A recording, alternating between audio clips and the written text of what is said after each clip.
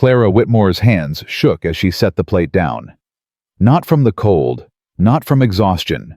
From the tiny wooden horse she'd found in her apron pocket, the one her son had carved the day before the fire took him. 4 years. 4 years of burying her grief in flour and bacon grease. 4 years of feeding 30 hungry cowboys while starving herself of everything that made life worth living. Then he walked in, a stranger with storm-gray eyes and blood on his shirt, and nothing would ever be the same. Stay until the end to see how 2 shattered souls found redemption in the Montana wilderness. Drop a comment with your city so I can see how far this story travels. Now let's begin. The kitchen door slammed open at 4:30 in the morning. Clara didn't flinch. After 4 years at Broken Arrow Ranch, she'd learned that Montana winters had no manners. The wind took what it wanted. Warmth dignity sometimes lives. She wiped her hands on her apron and crossed to secure the latch. That's when she saw him. A man, collapsed against the hitching post, snow covering his shoulders like a burial shroud. Clara's heart stopped, then started again harder. "Lord have mercy," she breathed. She grabbed her shawl and ran into the darkness, the cold hitting her face like a slap. The man wasn't moving. His horse stood nearby, head down, exhausted frost hanging from its muzzle. "Mr. Clara knelt beside him. "Mr. Can you hear me?" No response. She pulled back his collar and pressed her fingers to his neck. A pulse, weak, but there. "Don't you dare die on my doorstep," she muttered.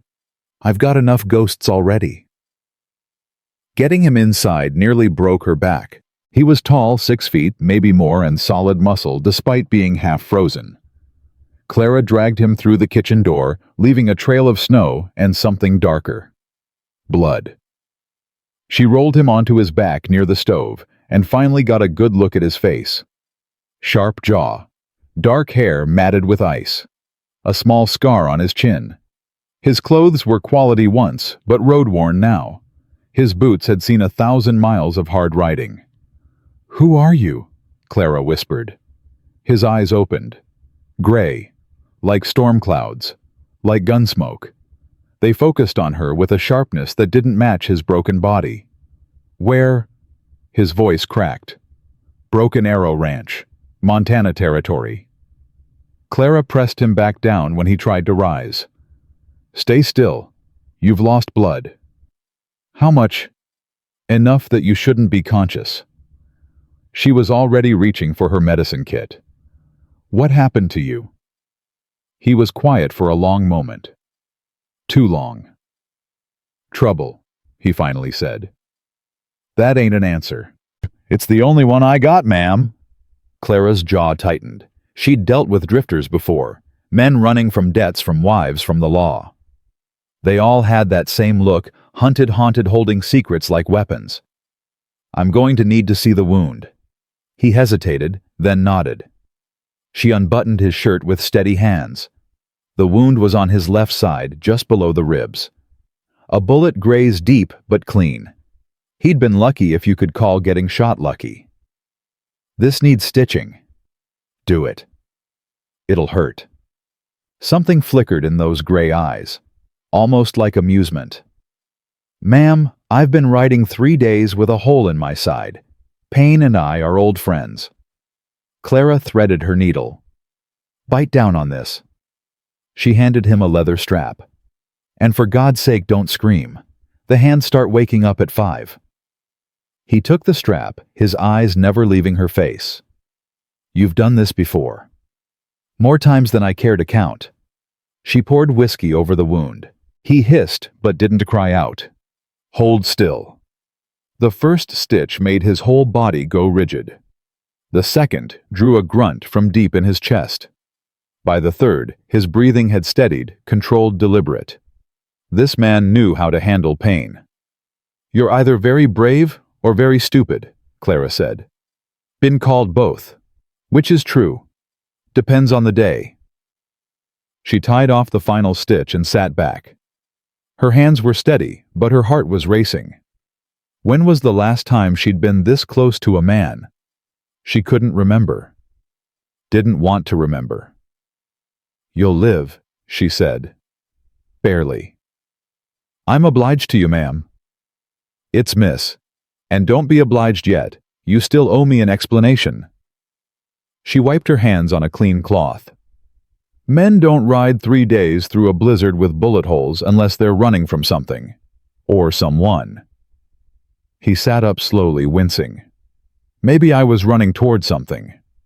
Toward what death? Freedom. The word hung between them. Clara knew that word, knew the weight of it, the ache of wanting something you couldn't have. "What's your name?" she asked. He hesitated again, just a heartbeat, but she caught it. "Jessie. Jessie Cade." A lie. She could taste it, but she'd told enough lies herself to recognize when pushing wouldn't help. "Clara Whitmore. I'm the cook here." She stood and moved to the stove. "You hungry, Mr. Cade?" "Starving." "Then sit at the table. I'll fix you something." She felt his eyes on her back as she worked, watching, analyzing. This man missed nothing. It should have unnerved her. Instead, it made her feel strangely visible, like she existed again after years of being a ghost in her own life. "How long you been here?" he asked. 4 years. "You like it?" Clara's hands stilled over the skillet. Such a simple question, such a complicated answer. "It's work," she said. "It pays." "That ain't what I asked." She turned to face him. "Does it matter?" "Just trying to understand." "Understand what? You?" He held her gaze. A woman alone cooking for 30 men in the middle of nowhere. That takes a certain kind of strength, or a certain kind of desperation. The directness of it should have offended her. Instead, it cracked something open in her chest. "Maybe both," she admitted. He nodded as if that was the answer he expected. "I know something about both." Clara set a plate in front of him. Eggs, bacon, 3 biscuits still warm from yesterday's batch. He stared at it like she'd offered him gold. "When's the last time you ate real food?" He picked up a fork. 4 days, maybe 5. "Then eat slow. Your stomach won't thank you otherwise." He took a bite of biscuit and closed his eyes. Something crossed his face, grief maybe, or memory. When he opened his eyes again, they were wet. "My mother used to make biscuits like this," he said quietly. "Used to." "She's been gone a long time." Clara sat across from him, her own coffee cooling between her hands. "I'm sorry. It was a long time ago." "That doesn't make it hurt less." He looked at her sharply. "You speak like someone who knows." "I lost people too." The words came out before she could stop them. She never talked about this. Never. 4 years of silence, and now she was spilling her grief to a stranger with bullet wounds and secrets. "I'm sorry," he said. And somehow, from him, it didn't sound hollow. They sat in silence as he finished eating. Outside, the darkness began to thin, the first gray hints of dawn, creeping across the sky. "The boss will be up soon," Clara said. "Marcus Thornton. He's a fair man. If you're looking for work, I am." "Then be honest with him." She met his eyes. "As honest as you can be anyway." Something flickered across his face. Surprise maybe, or shame. "You know I lied, about my name." "I know you didn't tell me everything."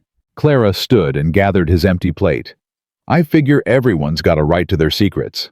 Lord knows I've got mine." "You're a remarkable woman, Miss Whitmore." "I'm a cook, Mr. Cade. Nothing remarkable about that." "You saved my life. That's remarkable enough." She didn't know what to say to that, so she said nothing. Just turned back to her stove and started preparing breakfast for 30 hungry men. The kitchen door opened again at 6 o'clock sharp. Marcus Thornton filled the doorway, 58 years old, built like an oak tree, with a face that had weathered more storms than most men could survive. His eyes found the stranger immediately. "Clara?" His voice was calm but alert. "We have a guest." He rode in before dawn, Mr. Thornton, half frozen and bleeding. I patched him up.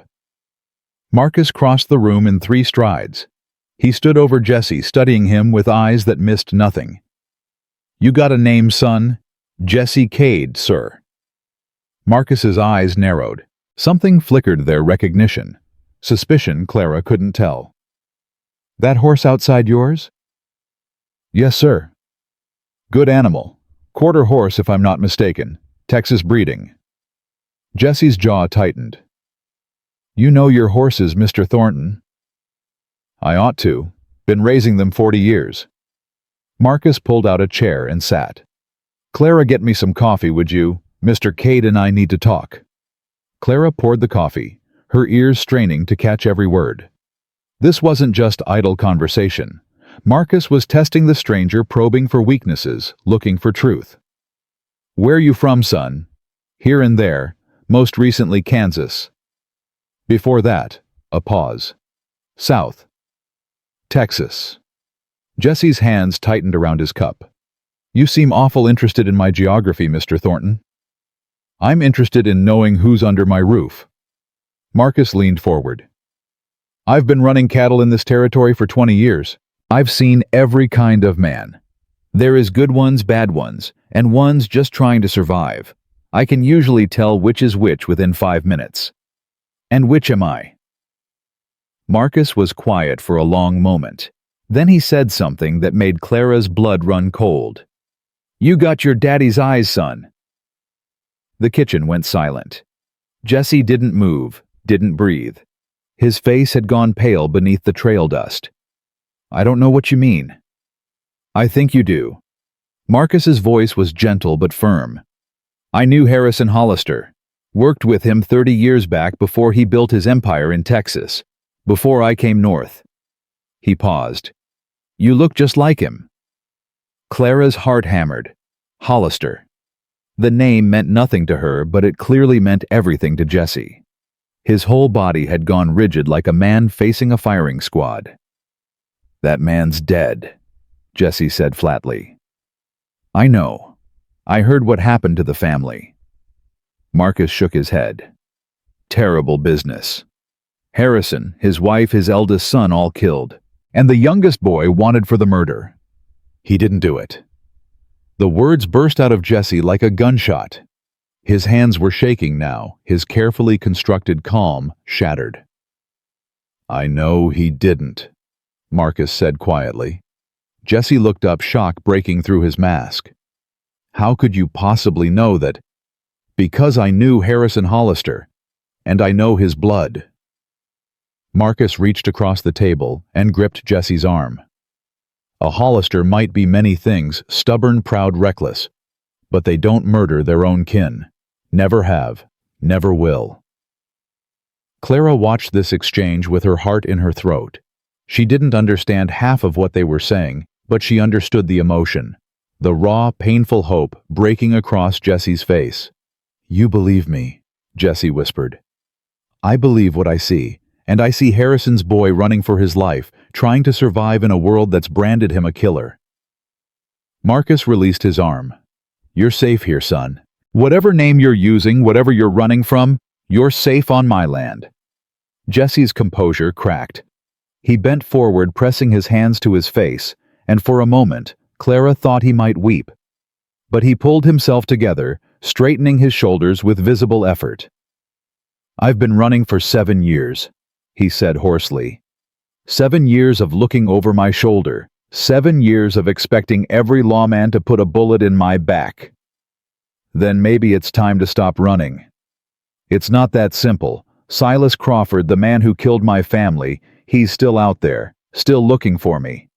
And he's got the law on his side. Marcus nodded slowly. Crawford. I've heard that name. Cattle baron down in Texas. Rich as Midas and mean as a rattlesnake. He killed my parents, killed my brother, framed me for all of it. Jesse's voice had gone hard. And someday, somehow, I'm going to prove it.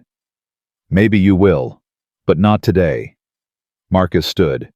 Today you rest. Tomorrow, if you're able, you work. I need men who know cattle and horses. From what I can see, you qualify. You'd hire me. Knowing who I am, what they say I did. I'm hiring Jesse Cade, a drifter looking for honest work. Marcus moved toward the door. Whatever else you might be is your own business, unless you bring trouble to my door. And if Crawford finds me here, Marcus paused his hand on the doorframe. Then we'll deal with it together. That's what we do at Broken Arrow. We stand by our own. He glanced back. Get some rest, son. Clara will show you where you can sleep. The bunkhouse is cold, but it's warm enough. He left and the kitchen fell silent. Clara realized she'd been holding her breath. She let it out slowly, watching Jesse.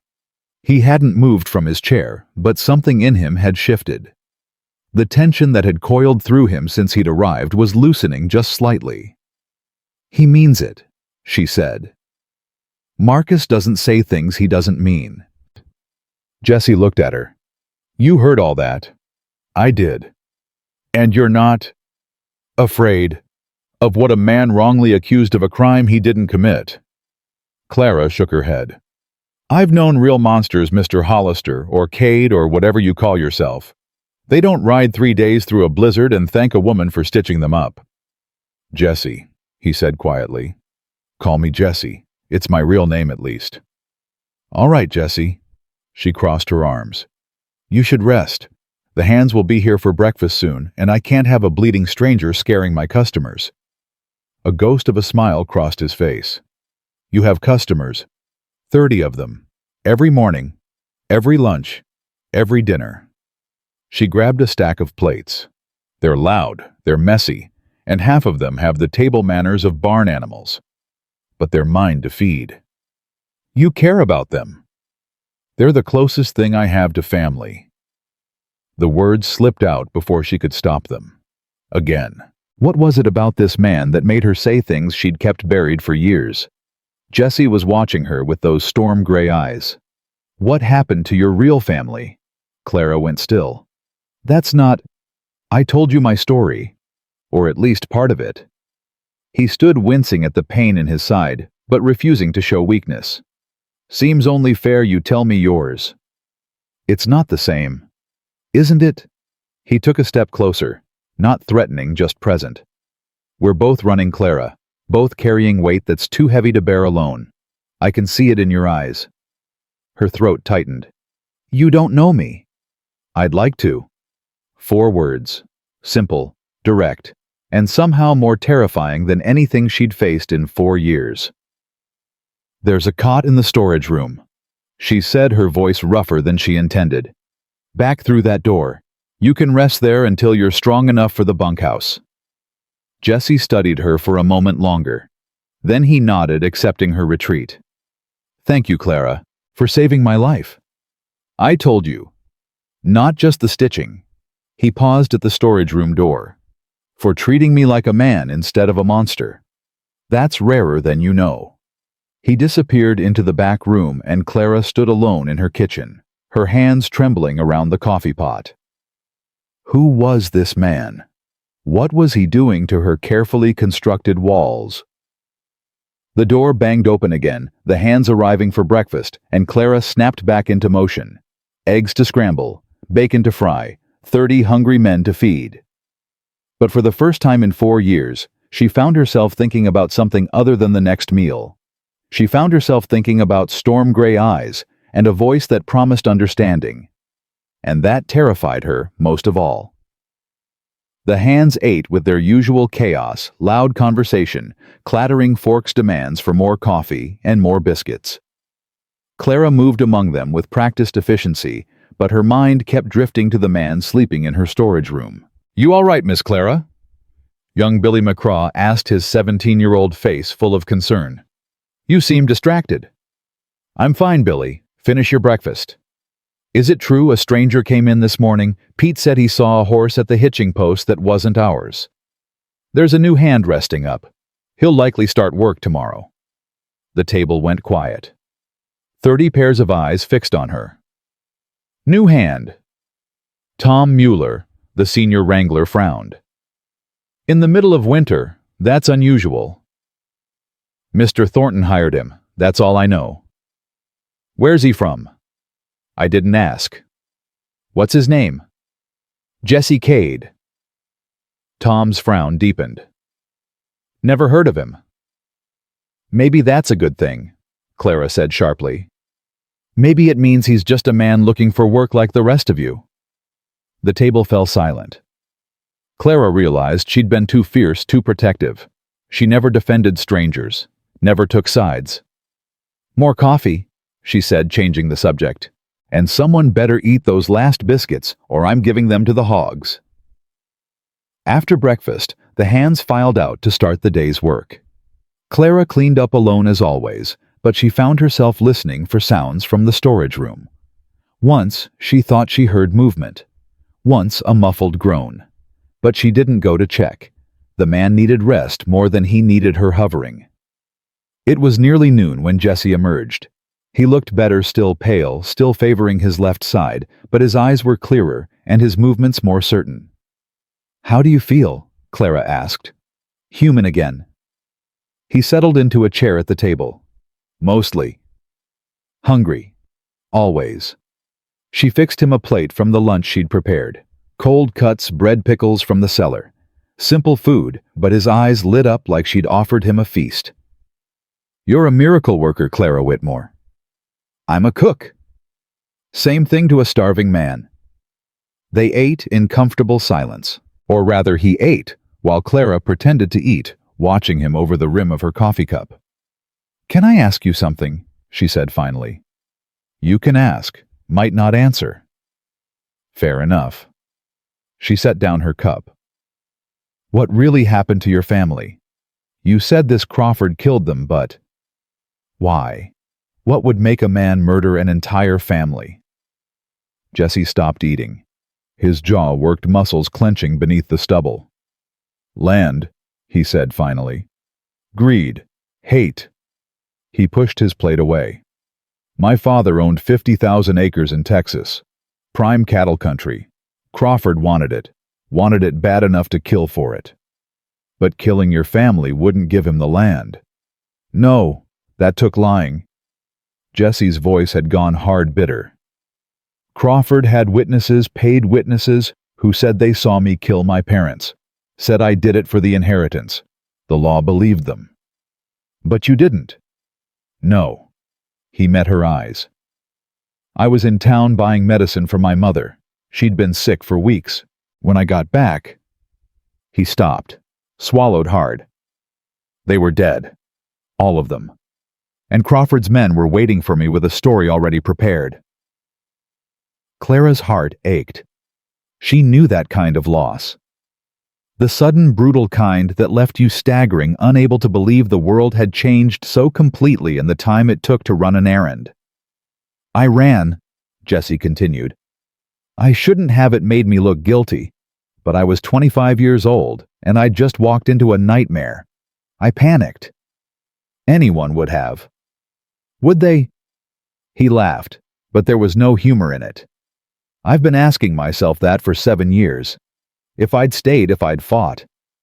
You'd be dead, Clara said quietly.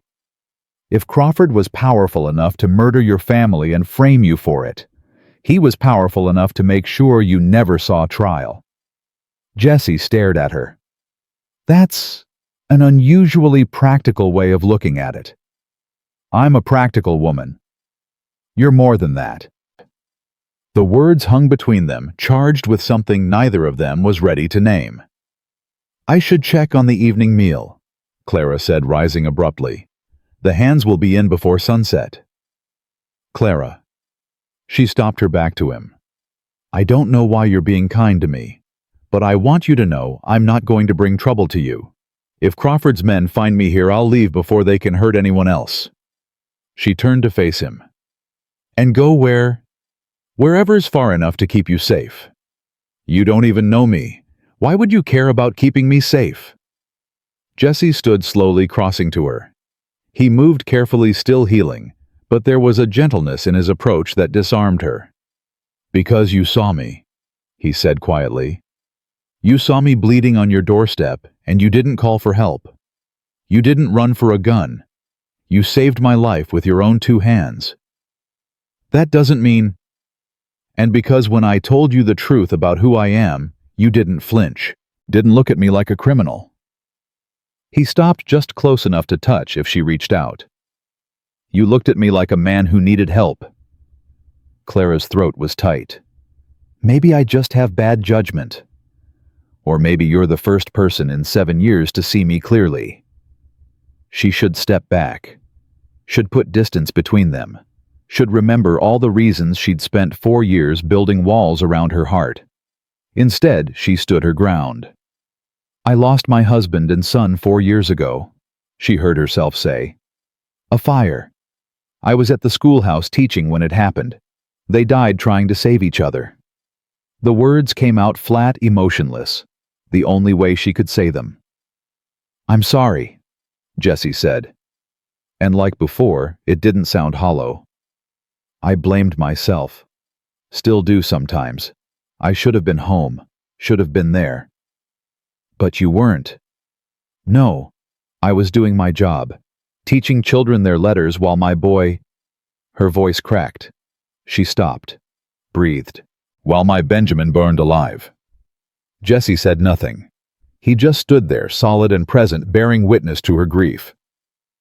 I came west to disappear, Clara continued. To work myself to death so I wouldn't have to feel anymore. And it was working. 4 years of cooking, cleaning, existing without really living. She looked up at him. Then you appeared on my doorstep.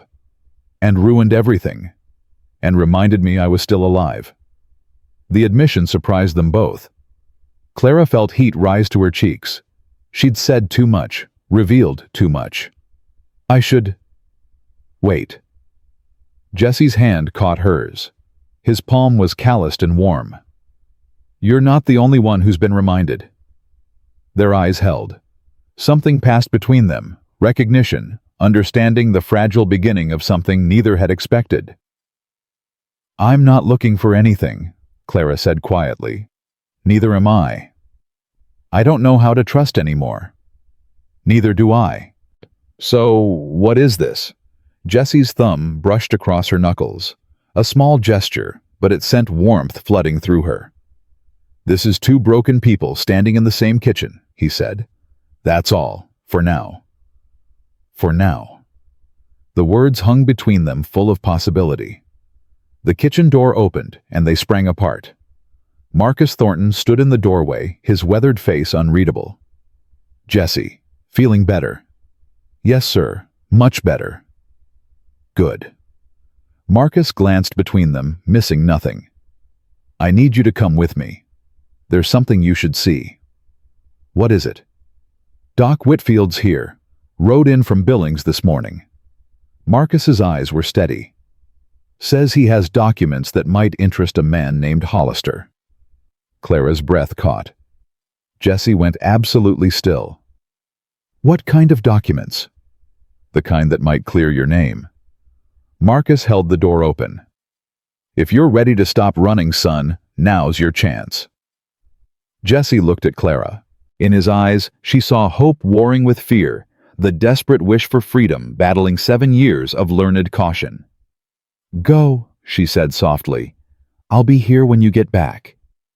He held her gaze for a moment longer. Then he followed Marcus out into the Montana cold. Clara stood alone in her kitchen, her heart pounding.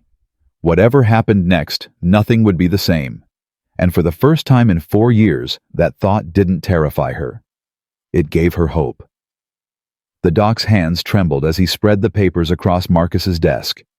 Jessie stood frozen, afraid to breathe, afraid to hope. I kept everything, Doc Whitfield said. His voice cracked with age and emotion. Your father gave me these the week before he died, said if anything ever happened to him, I should hold on to them. Jessie's throat tightened. He knew. He knew Crawford was coming. He suspected.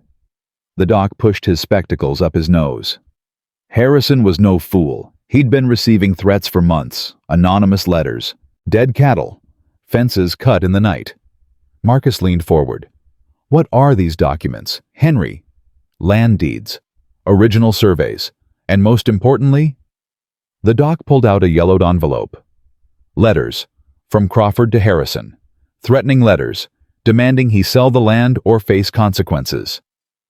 Jesse's hands shook as he reached for the envelope.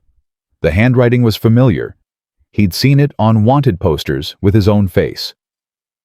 "This proves Crawford had motive," he said hoarsely. "It proves more than that." Doc Whitfield pulled out another paper. "This is a sworn statement from Crawford's former foreman, man named Peters. He came to me 6 months ago dying of consumption, wanted to clear his conscience before meeting his maker." Jesse's heart stopped. What did he say? That he was there the night your family died, that Crawford ordered the killings, that you were never within 10 miles of the ranch when it happened. The room went silent. Jesse felt his knees buckle. He grabbed the desk for support, his vision blurring. 7 years, he whispered. 7 years I've been running. And you had this the whole time. I didn't know where you were, son. The doc's eyes filled with tears. I searched. God knows I searched. But you disappeared so completely I thought maybe Crawford had found you. Thought maybe you were dead.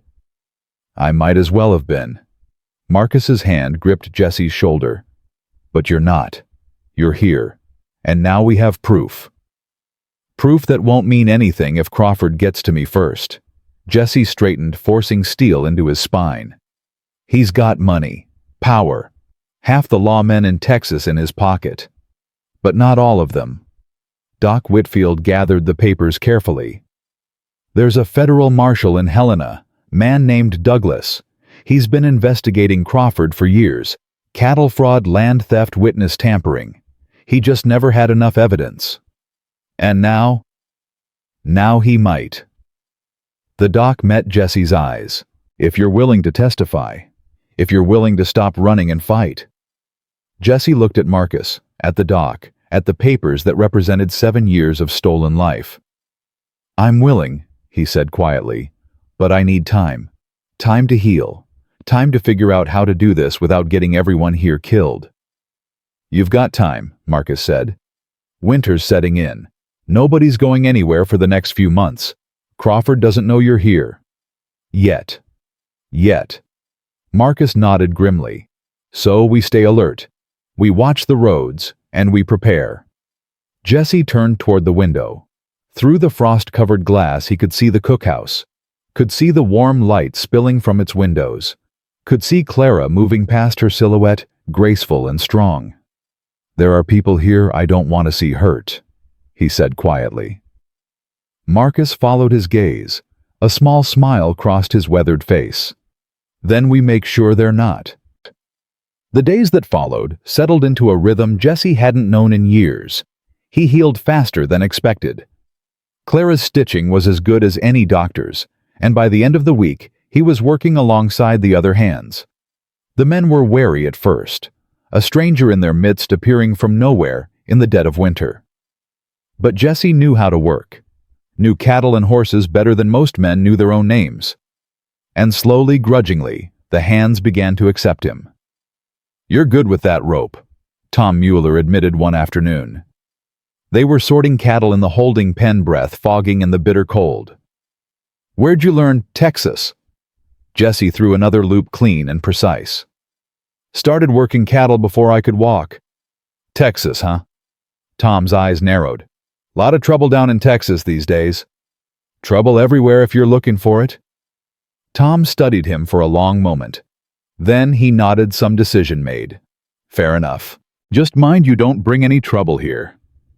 That's the last thing I want. Young Billy McCraw attached himself to Jesse like a shadow. The boy was eager, reckless, and desperate to prove himself, a combination Jesse remembered all too well from his own youth. Teach me that rope trick, Billy begged after watching Jesse lasso a runaway calf. The one where you throw from the saddle. It's not a trick. It's practice. Then let me practice. Jesse looked at the boy's earnest face, 17 years old, full of fire and foolishness, reminded him painfully of his brother at that age.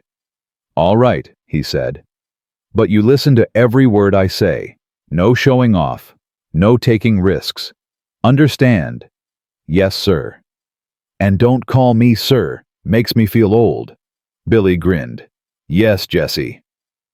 They practiced for an hour every day after the regular work was done. Jesse was patient, correcting Billy's grip, adjusting his stance, teaching him to read the movement of cattle before they made it. "You're a natural," Jesse told him after Billy finally made a clean throw. "Just need to slow down, think before you act." "That's what my ma always says." "Your ma sounds like a smart woman." "She is." Billy coiled his rope carefully. "She sent me here to learn to be a man. Said the ranch would teach me things she couldn't." "What things?" "How to work hard, how to take responsibility." Billy's young face grew serious. "How to be someone worth respecting." Jesse felt something twist in his chest. "You're already someone worth respecting, Billy. Just need to believe it yourself." The boy ducked his head, embarrassed, but pleased. "You really think so?" "I know so." From across the yard, Clara watched them. She'd been watching Jesse all week, telling herself it was just curiosity, just concern for a wounded man she'd helped. But it was more than that, and she knew it. She watched him work with Billy, patient and kind. Watched him help the older hands with tasks too heavy for aging backs. Watched him treat the horses with a gentleness that spoke of deep respect for the animals. This was not a murderer, not a monster. This was a good man caught in impossible circumstances. And God help her, she was falling for him. "You're staring again." Clara jumped. Sarah McCraw stood beside her, a knowing smile on her weathered face. "I'm not staring." "Honey, you've been staring at that man for 3 days straight." Sarah nudged her with an elbow. "Not that I blame you. He's easy on the eyes." "Sarah. And he stares right back, you know, when you're not looking." Sarah's smile softened. "It's nice to see, Clara. Nice to see you coming back to life." "I don't know what you mean." "Yes, you do." Sarah took her hand. 4 years is a long time to grieve alone. Thomas wouldn't want you to spend the rest of your life in that kitchen hiding from the world. Clara's throat tightened. "You don't know what he'd want." "I know he loved you, and I know love wants the beloved to be happy." Sarah squeezed her hand. "Whatever you're feeling for that man, don't run from it. Life's too short for running." She walked away, leaving Clara alone with her thoughts. That evening, Jesse appeared at the cookhouse door while Clara was cleaning up after dinner. The hands had gone the kitchen quiet, except for the crackle of the fire and the clink of dishes in the wash basin. "Need help?" Clara didn't turn around. "You should be resting." "I've rested enough." He picked up a dish towel without waiting for permission. "Besides, I owe you. For everything." "You don't owe me anything." "Then let me help, because I want to." They worked in silence for a while, washing and drying, a simple domestic rhythm that felt strangely natural. "Billy's improving," Clara said finally. "He's a good kid, just needs guidance. He looks up to you. I don't know why." Clara set down the plate she was washing and turned to face him. "Don't you? You're patient with him. You take time to teach him properly. You treat him like he matters." "He does matter. Not everyone sees it that way. Some of the hands think he's just a nuisance." Jesse's jaw tightened. "Then they're fools. That boy has more heart than half the men I've known." Something in his voice made Clara study him more closely. "You're thinking of someone else. My brother." The words came out rough. "Daniel. He was like Billy Young, eager, always trying to prove himself." Jesse's hands stilled on the dish he was drying. "He was 22 when Crawford's men killed him." "I'm sorry. He died trying to protect our mother. Died a hero." Jesse set the dish down carefully. "And I wasn't there to help him." Clara recognized that guilt, carried her own version of it every day. "You were getting medicine for your mother," she said quietly. "You were trying to help her." "I should have been home. And I should have been home when the fire started." Clara crossed her arms over her chest. "Should have been there to save my husband and son. But I wasn't. And no amount of wishing can change that." Their eyes met. Two people bound by loss, by guilt, by the terrible weight of surviving when others didn't. "How do you live with it?" Jesse asked. "One day at a time. One meal at a time. One breath at a time." Clara's voice softened.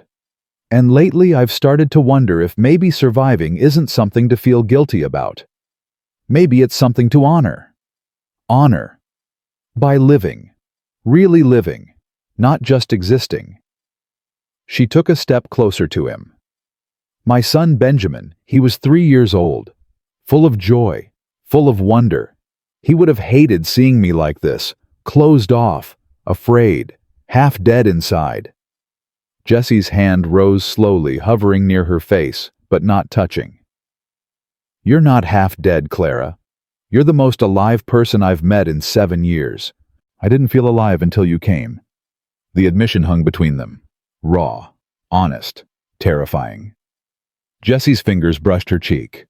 Just barely, the lightest touch. "I don't want to hurt you," he said hoarsely. "Then don't. I can't promise safety. Can't promise tomorrow. Crawford's still out there. Still hunting." "I know. So why?" "Because I'm tired of being afraid." Clara covered his hand with hers, pressing his palm against her cheek. "Because for the first time in 4 years, I feel something other than grief. And I'm not ready to let that go." Jesse closed his eyes. When he opened them again, they were bright with emotion. "One day at a time," he asked. "One day at a time." He leaned forward and pressed his forehead against hers. Not a kiss, something more intimate, a promise, a prayer. "Thank you," he whispered. "For what? For seeing me. For believing in me. For reminding me that there's something worth fighting for." They stood like that for a long moment, breathing together, hearts beating in tandem. Then the kitchen door opened and they stepped apart. Billy stood in the doorway, his young face pale with excitement. "Jesse, you need to come quick. There's a stranger in town asking questions about you." The blood drained from Jesse's face. "What kind of questions?" "Asking if anyone's seen a man matching your description. Tall, dark hair, scar on his chin." Billy swallowed hard. "Offering money for information." Jesse's jaw set like stone. "How much money?" $500. The room went cold. Clara felt ice flood her veins. "That's the bounty," Jesse said flatly. "Crawford's bounty." "What do we do?" Billy asked. "We stay calm." Jesse's voice was steady, but Clara could see his hands trembling. "Did anyone in town tell him anything?" "Don't think so. Folks around here don't trust strangers asking questions. But Jesse—" Billy's voice cracked. "He's not alone. There are 3 of them, armed to the teeth. They look like trouble." "They are trouble." Jesse turned to Clara. "I need to leave. Tonight. Before they trace me here." "No." The word came out before Clara could stop it. Jesse stared at her. "Clara." "No, you're not running again." She grabbed his arm, her grip fierce. "You've been running for 7 years. It hasn't solved anything. It won't solve this. If I stay, people could get hurt. You could get hurt. And if you leave, you'll spend the rest of your life looking over your shoulder." Clara's eyes blazed. "Is that what you want? Is that the life you're fighting for?" "I'm trying to protect you." "Then stay and fight. Stay and let us help you." Jesse looked at Billy, at Clara, at the kitchen that had become more of a home in 2 weeks than anywhere he'd been in 7 years. "I can't ask you to risk—" "You're not asking. We're offering." Clara's voice softened. "That's what family does, Jesse. They stand together. Family." The word hit him like a punch to the chest. He hadn't had a family in 7 years, hadn't let himself want one. But standing here in this warm kitchen with this fierce woman and this brave boy, he realized he'd already found one. "Marcus needs to know," he said finally. "I'll get him." Billy was already moving toward the door. "Stay here, both of you." He was gone before either could respond. Clara turned back to Jesse. "We'll figure this out." "You don't know Crawford. He's relentless. He won't stop until I'm dead." "Then we make sure you don't die." Clara took his hands in hers. "I just found you, Jesse Hollister. I'm not losing you now." He stared at her, this woman, who had every reason to protect herself to stay safe to avoid trouble. Instead, she was standing with him, fighting for him. "Why?" he asked. "Why risk everything for a man you barely know?" "Because I know enough." Clara squeezed his hands. "I know you're kind. I know you're brave. I know you're carrying guilt that isn't yours to carry." Clara. "And I know that when you look at me, you don't see a broken widow going through the motions. You see me. The real me. The one I'd forgotten existed." Jesse pulled her close, wrapping his arms around her, holding her like she was the only solid thing in a world spinning out of control. "I won't let them hurt you," he whispered into her hair. "Whatever happens, I swear it." "I know you won't." They held each other as the fire crackled and the winter wind howled outside. Two people standing on the edge of a storm, choosing to face it together. Marcus arrived 10 minutes later, his face grim. Behind him came Tom Mueller and 3 other senior hands, all armed. "Billy told me." Marcus's eyes swept the kitchen, assessing. "How much time do we have?" "Hard to say," Jesse answered. "If they're asking questions in town, they might be there all night, or they might already be on their way here. Then we prepare for both." Marcus turned to Tom. "Double the watch tonight. I want men on every approach. Anyone comes within a mile of this ranch, I want to know about it." "Yes, sir." "And Tom?" Marcus's voice hardened. "These men are dangerous. If they don't respond to warnings, shoot first. Understood?" Tom nodded, his weathered face set like stone. "Understood." The hands dispersed to take positions. Marcus turned back to Jesse and Clara. "You should stay inside tonight, both of you. Clara's room has only one entrance. Easy to defend." "I should be out there with the men," Jesse protested. "No. You're the one they're hunting. You need to stay hidden until we know what we're dealing with." Marcus gripped Jesse's shoulder. "This isn't cowardice, son. It's strategy. We don't know how many men Crawford has or what they know. Until we do, you're more valuable alive and hidden than dead in a gunfight." Jesse's jaw clenched, but he nodded. "And Clara?" Marcus's expression softened. "Keep him calm. Keep him safe. Can you do that?" "Yes." "Good." Marcus headed for the door. "I'll send word when we know more. Lock this door behind me and don't open it for anyone except me or Tom." He left, and the night closed in around them. Clara locked the door as instructed. Then she turned to Jesse, who was pacing the length of the kitchen like a caged animal. "You should sit down," she said. "I can't. Not while they're out there. Not while people are risking their lives for me." "They're risking their lives because they choose to." Clara caught his arm, stopping his pacing. "Because you've earned their loyalty." "I've been here 2 weeks. And in those 2 weeks, you've worked harder than anyone. You've helped without being asked. You've treated everyone with respect." She pulled him toward a chair. "Sit, please. You're still healing." Reluctantly, Jesse sat. Clara poured him coffee and pressed the cup into his hands. "Drink." He took a sip, more to please her than from any desire for it. His mind was racing, planning, calculating. "If they find me, they won't. But if they do, Jesse." Clara sat across from him and took his hands. "Look at me." He met her eyes. "Whatever happens tonight, we face it together. You're not alone anymore. Understand?" Something in his chest loosened.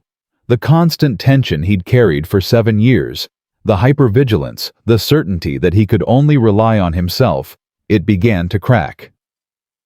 "I don't know how to let people help me," he admitted. "Then learn." Clara's grip tightened. "That's what we do. We learn. We grow. We change. And if I get you killed, then I'll die knowing I lived my last days truly alive, that I cared about someone again, that I loved again. The word hung in the air, love. Neither of them had said it before. Neither of them was ready to say it now. But it was there, unspoken, undeniable. Clara! A knock at the door made them both jump. It's Tom. The voice was muffled, but recognizable. Open up. Clara crossed to the door and opened it. Tom stepped inside, snow melting on his shoulders. They're gone, he said. Left town about an hour ago, headed south. Jessie stood slowly. They left? Looks like. The bartender said they got into an argument with each other. One of them thought you might be up in Helena. They decided to check there first. Relief flooded through the kitchen like warm water. So, we're safe? Clara asked. For now. Tom's face remained grim. But they'll be back. Men like that don't give up easy, and next time they might ask better questions, or offer more money. Then we use the time we have, Jessie said. Get those documents to the federal marshal. Build a case against Crawford. Already working on it. Tom nodded toward the main house. Marcus is writing a letter tonight.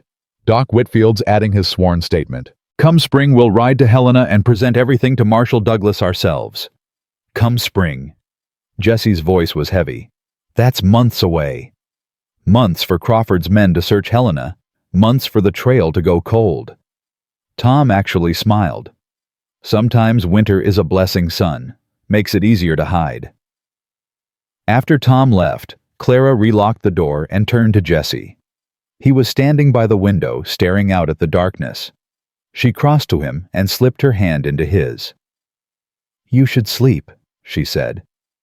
I don't think I can. Then sit with me by the fire. We'll wait out the night together. They settled into chairs by the stove, close enough that their shoulders touched. The kitchen was warm and quiet, the crisis past but not forgotten. Tell me something, Clara said after a long silence. Something good, something from before. Jessie was quiet for a moment. Then, my mother used to sing while she cooked, old hymns, folk songs. She had the most beautiful voice. What was her name? Elizabeth, but my father called her Beth. A ghost of a smile crossed his face. They were married 30 years, still looked at each other like newlyweds. That's beautiful. It was. I didn't appreciate it at the time. Thought I had forever to tell them how much they meant to me. His voice roughened. I never got the chance. Clara leaned her head against his shoulder.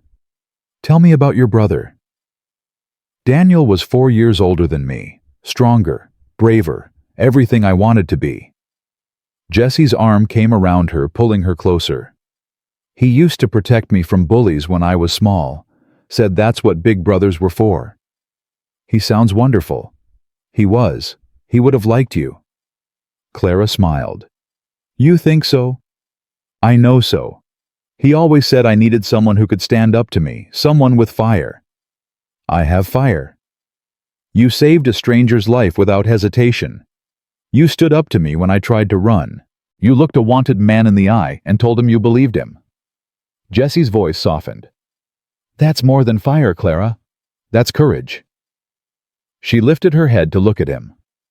In the firelight, his face was all shadows and angles, but his eyes were warm.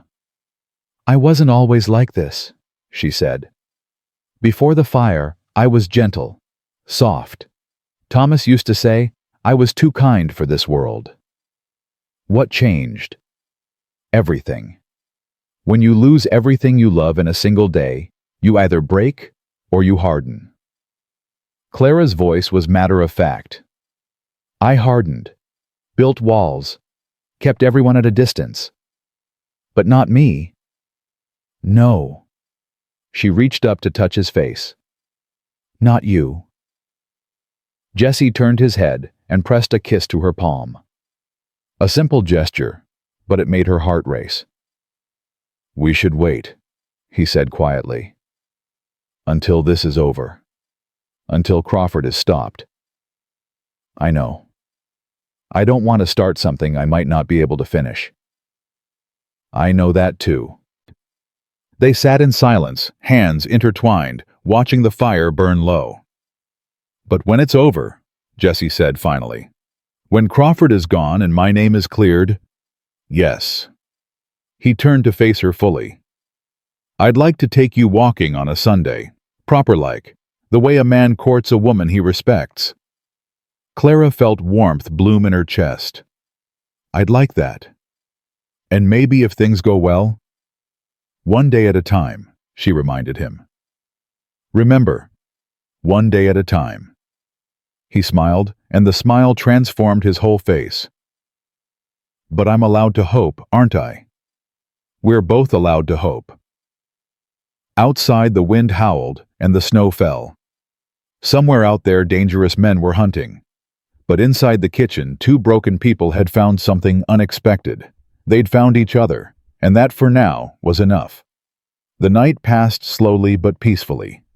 Jesse dozed in the chair, Clara's hand still in his. She watched him sleep, memorizing the lines of his face, the way his breathing steadied when he relaxed. She hadn't watched a man sleep in 4 years. Hadn't let herself want to. But wanting this felt different. Safe. Right. When dawn finally broke, painting the kitchen in shades of gray and gold, Jesse's eyes opened. He looked at her, and for a moment neither spoke. Then he smiled. Good morning. Good morning. I'm still here. I noticed. He sat up, stretching carefully, mindful of his healing wound. The coffee hot? It can be.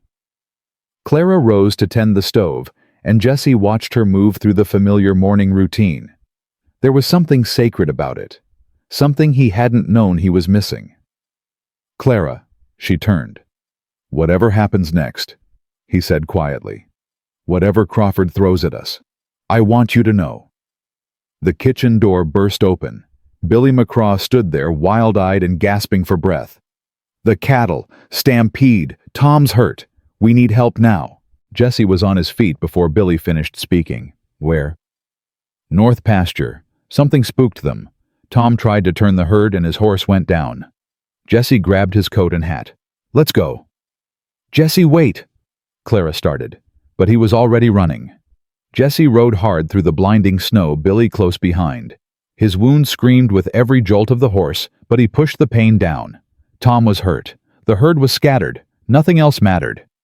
They reached the north pasture in minutes that felt like hours. The scene was chaos. Cattle running in every direction, their bellows filling the frozen air. Ranch hands shouting, trying to turn the herd, failing. And there, in the middle of it all, Tom Mueller lay crumpled on the ground, his horse standing nearby, favoring one leg. Get him out of there, Jesse shouted to Billy. I'll turn the herd. Jesse, there's too many. Just do it. Jesse spurred his horse forward into the heart of the stampede. Cattle crashed around him, wild-eyed and terrified. One wrong move and he'd be trampled. But Jesse didn't think about that. He thought about Tom, who'd given him a chance when he didn't have to. He thought about the hands who'd accepted him as one of their own.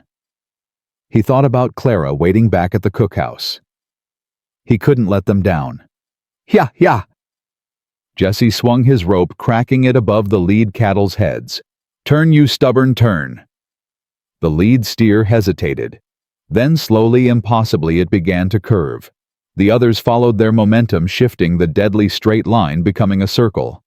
Jesse kept pushing, kept shouting, kept cracking his rope until the herd slowed, then stopped, then stood heaving and confused in the winter cold. Lord Almighty, someone breathed behind him. Jesse turned. Half the ranch hands had gathered, staring at him with something like awe. I ain't never seen riding like that, old Pete said. Not in 40 years of working cattle. Tom! Jesse's voice was hoarse. How's Tom? Alive, Billy called out. He was kneeling beside the fallen man, pressing cloth to a wound on Tom's head. Busted up but alive, thanks to you getting those cattle turned. Jesse dismounted and crossed to Tom. The older man's eyes were open, focusing with difficulty. Cade, Tom muttered. That was damn fool riding. Got the job done. Yeah. A ghost of a smile crossed Tom's bloodied face. Yeah, it did. They got Tom back to the ranch on a makeshift stretcher. Clara met them at the door of the main house, her face pale, but her hands steady. Bring him inside. I need hot water, clean cloth, and someone find Doc Whitfield.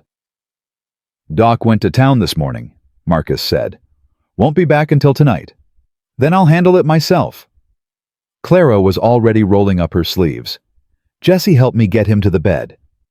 They worked together, Clara issuing orders with the calm efficiency of someone who'd done this before. She cleaned Tom's wounds, stitched a deep gash on his forehead, splinted what she suspected was a cracked rib. Through it all, Jesse stayed by her side, handing her supplies, holding Tom steady when the pain made him thrash. You're good at this, Jesse said quietly as Clara finished the final bandage. I used to help the town doctor back in Massachusetts. Before. She didn't elaborate. She didn't need to. He'll be all right. Needs rest, but he'll heal. Tom had passed out from the pain, his breathing steady now. Clara covered him with a quilt and stepped back. You saved his life, she said to Jesse. I turned some cattle. You rode into a stampede, alone, without hesitation. Clara's voice cracked. You could have been killed. But I wasn't. That's not the point. Then what is? Clara grabbed the front of his shirt, her fingers twisting in the blood-stained fabric. The point is, I can't lose you. Not now. Not after. She stopped, swallowed hard. Jesse covered her hands with his. You won't lose me. You can't promise that. No, but I can promise I'll fight like hell to stay. He lifted her hands to his lips, pressing a kiss to her knuckles. For you. For this. For the first real home I've had in 7 years. Clara's eyes filled with tears. Jesse. I know we said we'd wait. I know there's danger coming. But Clara? His voice roughened. I don't want to wait anymore. I've spent 7 years waiting. Hiding. Running from everything good because I was afraid it would be taken away. And now? Now I'd rather have 1 day of something real than a lifetime of nothing at all. He leaned forward slowly, giving her time to pull away. She didn't. Their lips met. Soft at first, tentative.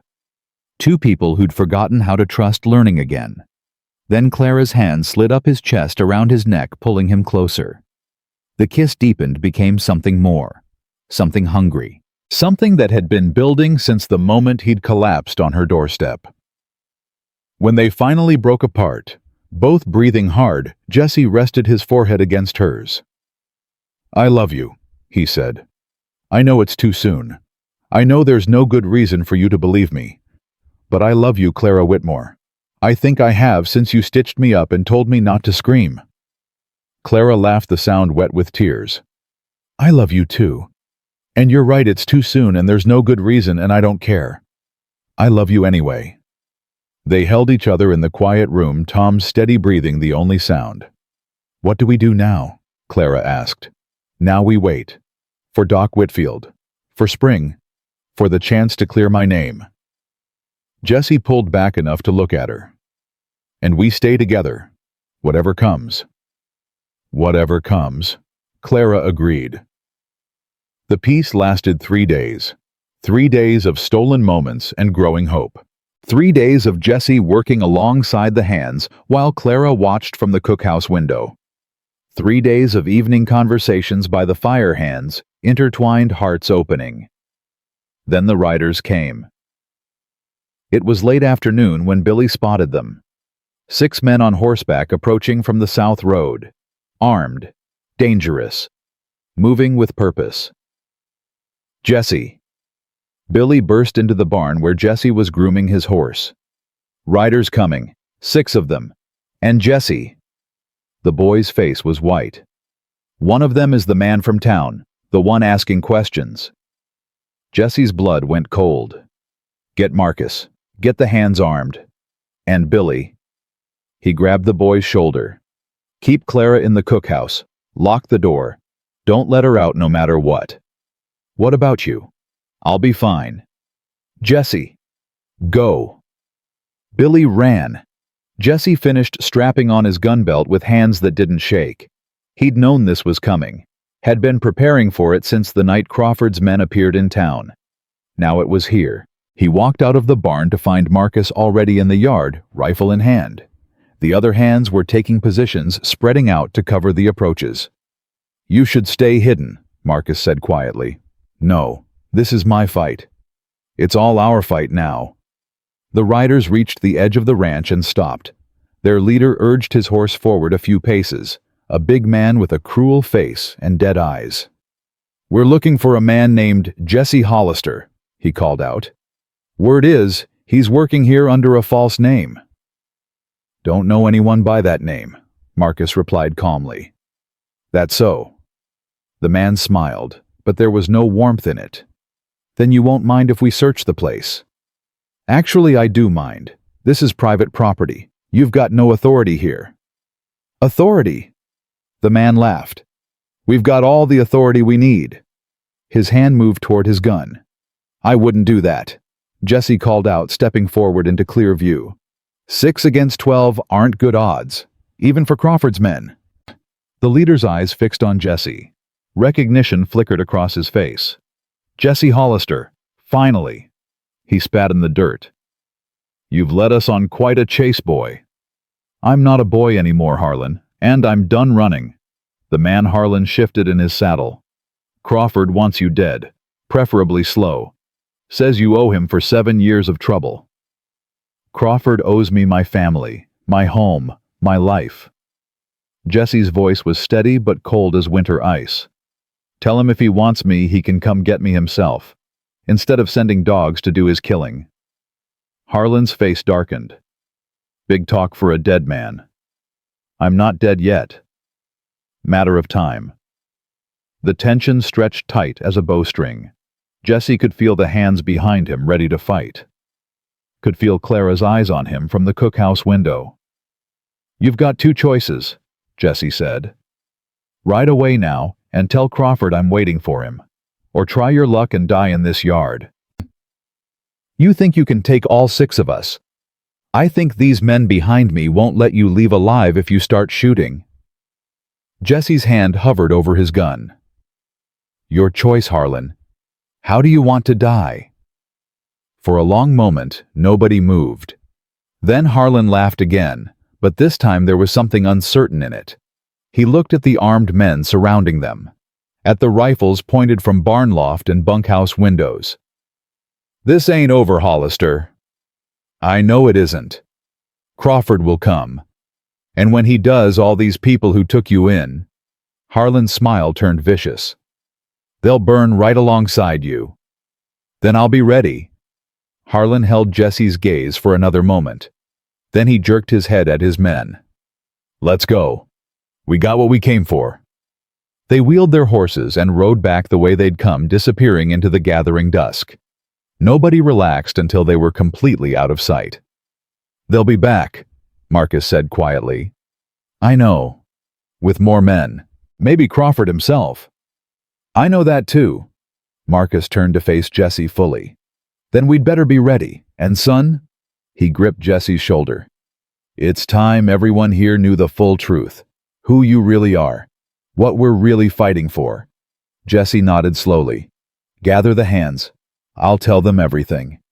They assembled in the cookhouse, all of them the senior hands, the younger ones, even Sarah McCraw, who'd come to support Clara. Jesse stood at the front of the room, Clara beside him, and told them the truth. All of it. His real name, his family's murder, Crawford's lies, 7 years of running, the documents Doc Whitfield had brought, everything. When he finished, the room was silent. Then old Pete spoke up. So you're telling us you're innocent, that this Crawford fella killed your kin and blamed you for it? Yes. And you've got proof? We've got letters, sworn statements, enough to take to a federal marshal. Pete exchanged looks with the other hands. Then he nodded. Well, hell, I figured there was something about you. A man don't learn to ride like that without good breeding. He crossed his arms. I'm in. In to fight, to stand with you. Pete looked around the room. Any man here got a problem with that? Silence. Then, one by one, the hands spoke up. I'm in. Me too. Crawford's got no right to bring his war to our land. We stand together. Jesse felt his throat tighten. These men didn't know him. Not really. He'd been here a few weeks and they were willing to risk their lives for him. I don't know how to thank you, he managed. Don't thank us yet, Tom Mueller said from the doorway. He was pale and moving carefully, but he was on his feet. Thank us when Crawford's beaten and you're a free man. Tom, you should be resting. I'll rest when I'm dead. Tom limped forward to stand with the others. You saved my life out there, Cade Hollister, whatever you call yourself. Reckon I owe you one. After the hands dispersed to prepare defenses, Jesse and Clara stood alone in the kitchen. She hadn't said a word during his confession, hadn't reacted when he'd revealed the full scope of his past. Clara. You told me you were running from trouble. Her voice was quiet. You didn't tell me you were running from murder charges. I know. You didn't tell me there's a bounty on your head, that dangerous men are hunting you, that being with you could get me killed. I know, Jesse's voice cracked. I should have told you everything from the beginning. I was afraid. Afraid of what? That I'd turn you in, that I'd run, that you'd look at me the way everyone else has for 7 years, like a monster, like something to be feared. Clara was silent for a long moment.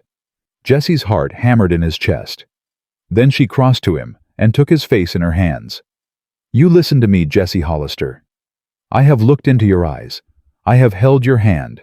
I have kissed you and loved you and watched you risk your life for people you barely know. Her voice shook with intensity. You are not a monster. You are the best man I've ever met.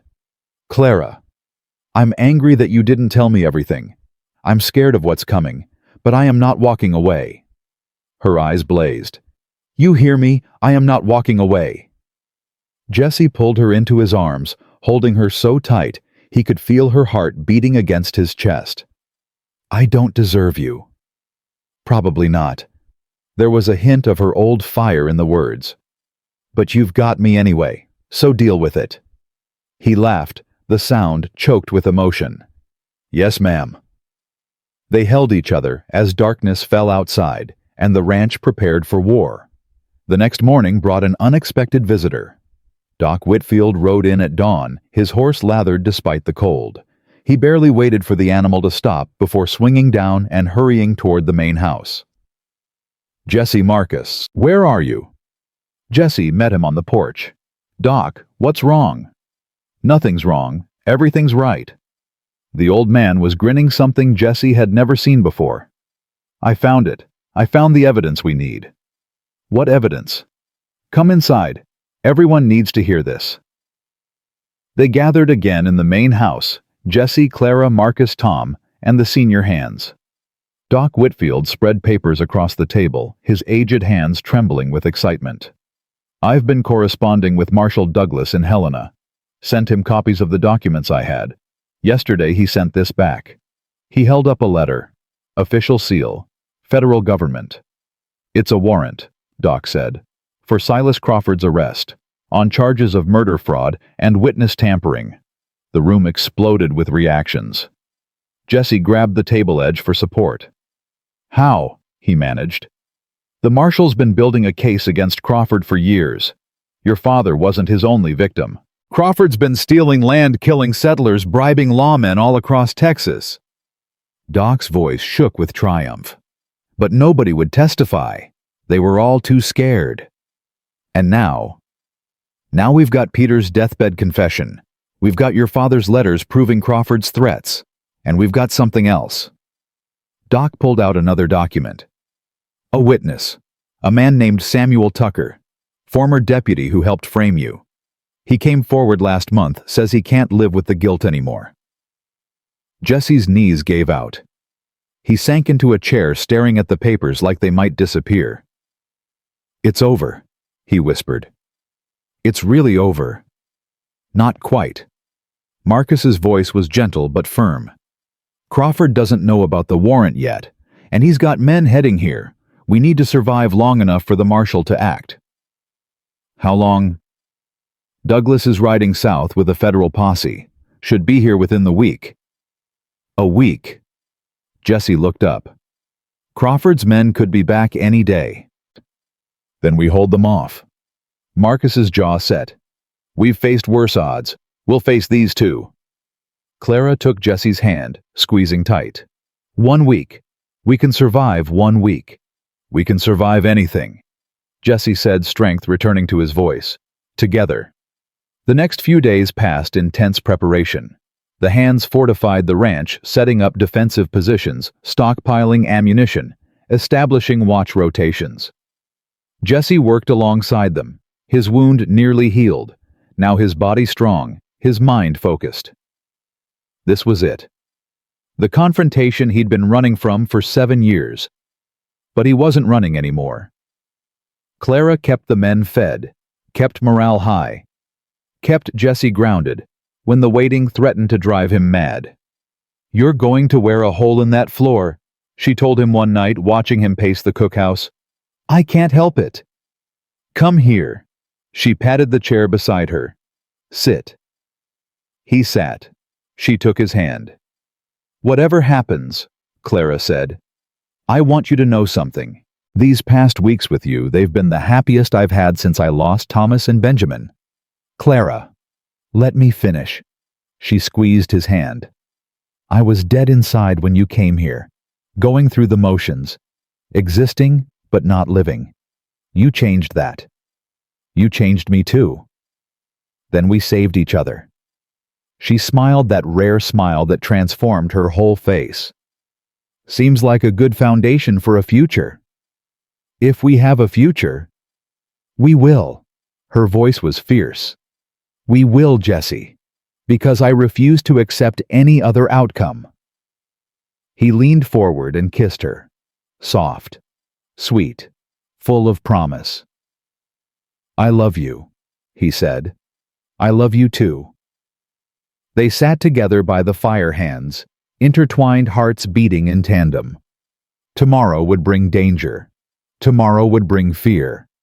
But tonight, there was just the two of them, and the knowledge that whatever came, they would face it together. The storm finally broke on the 6th day. Billy spotted them first, a cloud of riders approaching from the south. Not 6 this time, at least 20. "They're here!" he shouted, running for the main house. "They're here!" Jesse was already moving, grabbing his rifle, checking his pistol. Around him, the hands took their positions, faces grim, weapons ready. "Clara," he said, turning to her, "get to the cellar. Don't come out until—" "No." "Clara, please." "I said no." She grabbed a rifle from the rack by the door. "I can shoot. I can help. If something happens to you, then we'll face it together." She met his eyes, fierce and unafraid. "Isn't that what you said?" Jesse stared at her. This woman who'd saved his life, who'd believed in him, who'd loved him despite everything. "Stay behind cover," he said finally. "And for God's sake, be careful." "Same to you." The riders thundered into the yard and stopped. At their head was a man Jesse recognized from 1,000 nightmares. Silas Crawford. Older now, grayer, but with the same cold eyes, the same cruel smile. "Jesse Hollister," Crawford called out. "Thought you could hide from me forever." Jesse stepped forward, rifle in hand. "I stopped hiding, Crawford. Question is, are you ready to face what's coming?" Crawford laughed. "What's coming is your death, and the death of everyone here who helped you. We'll see about that." "Yes." Crawford's smile widened. "We will." He raised his hand, and his men surged forward. The battle for Broken Arrow Ranch had begun. Gunfire exploded across the ranch yard. Jesse dove behind the water trough as bullets splintered the wood above his head. He fired back, saw one of Crawford's men fall, then another. Around him, the ranch hands held their ground rifles, cracking in steady rhythm. "Hold the line!" Marcus shouted from somewhere to his left. Don't let them get past the corral. Jesse risked a glance over the trough. Crawford's men were spreading out trying to flank them. Professional, organized. This wasn't a raid, it was a military assault. "Billy!" Jesse called out. "Cover the east side. They're trying to circle around." "Got it." The boy sprinted toward the barn, rifle in hand, moving with a courage that made Jesse's chest tight. A bullet whizzed past Jesse's ear. He dropped, rolled, came up firing. Another man down, but there were too many. For every one that fell, two more pressed forward. "Jesse!" Clara's voice cut through the chaos. He spun. She was crouched behind a feed cart near the cookhouse. Her rifle raised, her face pale but determined. "I'm fine," she called. "Watch your left." He turned just in time to see a Crawford man rushing him with a knife. Jesse blocked the blade with his rifle twisted and drove his elbow into the man's face. The attacker went down hard and didn't get up. "Clara, get inside!" Jesse shouted. "Not happening!" A bullet caught the feed cart, spraying splinters. Clara ducked, then rose and fired. Her shot took down a rider bearing straight toward her. "Good shot," Jesse breathed. "My father taught me," she called back. "Said a woman in the West needs to know how to defend herself." The battle raged on. Minutes that felt like hours. Jesse lost track of how many shots he fired, how many times he narrowly avoided death. His arms burned, his wound throbbed, but he kept fighting. Then he heard it. A scream. Young. Terrified. "Billy." Jesse's blood went cold. He abandoned his cover and ran toward the barn, heedless of the bullets flying around him. He found Billy pinned behind a hay bale, two of Crawford's men closing in on him. The boy's rifle was empty, his face white with fear. "Hey!" Jesse roared. The men spun. Jesse fired twice. Both dropped. "Billy, you hurt?" "No, I ran out of ammunition." "Here." Jesse tossed him a box of cartridges. "Reload. Stay down." "And Billy?" "Yeah. You're doing good, son. Real good." Billy's terrified face steadied. He nodded and began reloading with shaking hands. Jesse turned back toward the main fight, but something made him pause. A figure moving through the smoke. Tall. Deliberate. Coming straight toward him. Crawford. The man who'd murdered his family. Who'd stolen his life. Who'd hunted him for 7 years. Here. Now. Alone. Hollister. Crawford's voice was calm, almost pleasant. Like they were meeting for coffee instead of combat. "I've waited a long time for this." "So have I." Crawford smiled. "Your father begged, you know, at the end. Begged me to spare your mother, your brother." Jesse's hands tightened on his rifle. "Shut up." He got down on his knees. Harrison Hollister, the great cattle king, kneeling in the dirt like a dog. Crawford's smile widened. "I made him watch while my men—" Jesse didn't think, didn't plan. He just moved. He swung the rifle like a club. Crawford dodged faster than a man his age should be and drew his pistol. Jesse knocked it aside with his forearm, felt the bullet burn past his ribs. They crashed together, grappling, rolling in the dirt. Crawford was strong, stronger than Jesse expected, and fought with the viciousness of a man who'd killed before and enjoyed it. "I'm going to kill you slow," Crawford hissed in Jesse's ear. "Like I should have done 7 years ago." Jesse slammed his forehead into Crawford's nose. Blood sprayed. Crawford howled and loosened his grip just enough for Jesse to break free. They faced each other, both breathing hard. Crawford's nose was a ruin, blood streaming down his face. Jesse's side was on fire where the bullet had grazed him. "You should have stayed hidden, boy." Crawford drew a knife from his belt. "Could have lived out your days in some backwater ranch pretending to be someone else." "I'm done pretending." Jesse circled slowly, watching the knife. "Done running. Done letting you win. You can't beat me. You're just a scared kid playing at being a man." "I was a scared kid." Jesse's voice hardened. "But that was 7 years ago. You want to know what I've learned since then?" Crawford lunged with the knife.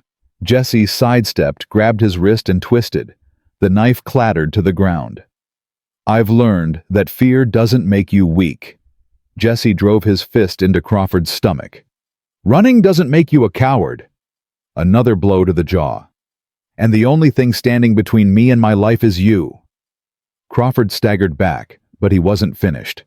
He pulled a derringer from his boot, small, deadly, aimed directly at Jesse's chest. "Any last words, Hollister?" Jesse stared down the barrel. "Yeah. Look behind you." Crawford hesitated. A mistake. Clara's rifle butt connected with the back of his skull with a sound like a melon splitting. Crawford dropped like a stone. Jesse stared at Clara. She was breathing hard, her dress torn, her face streaked with dirt and gunpowder. "Told you I wasn't leaving," she said. "You just saved your life again." She lowered the rifle. "Don't make a habit of needing it." Jesse laughed, the sound slightly hysterical. "Yes, ma'am." Around them, the gunfire was dying down. Crawford's men, seeing their leader fall, were losing heart. Some threw down their weapons. Others tried to flee. "Hold them!" Marcus shouted. "Don't let any of them escape!" The ranch hands surged forward, rounding up the survivors. Within minutes, it was over. Jesse stood over Crawford's unconscious form, his chest heaving. 7 years. 7 years of running, hiding, looking over his shoulder. And now, it was done. "Jesse." Clara touched his arm. "It's over." "Is it?" He looked at her, something fragile and desperate in his eyes. "Is it really over?" "It is." She took his face in her hands. "He can't hurt you anymore. Can't hurt anyone." Jesse pulled her close, burying his face in her hair. His whole body was shaking. "I keep expecting to wake up," he whispered. "To find out this was all a dream." "It's not a dream." Clara held him tight. "It's real. You're safe. We're safe." They stood there wrapped in each other, while around them the ranch hands secured the prisoners and tended the wounded. Billy approached cautiously. "Jesse, Miss Clara, you two all right?" Jesse pulled back, wiping his eyes. "We're fine, Billy. How about you?" "Got a scratch on my arm. Nothing serious." The boy's face was pale but proud. "Did we win?" "Yeah, kid." Jesse managed a smile.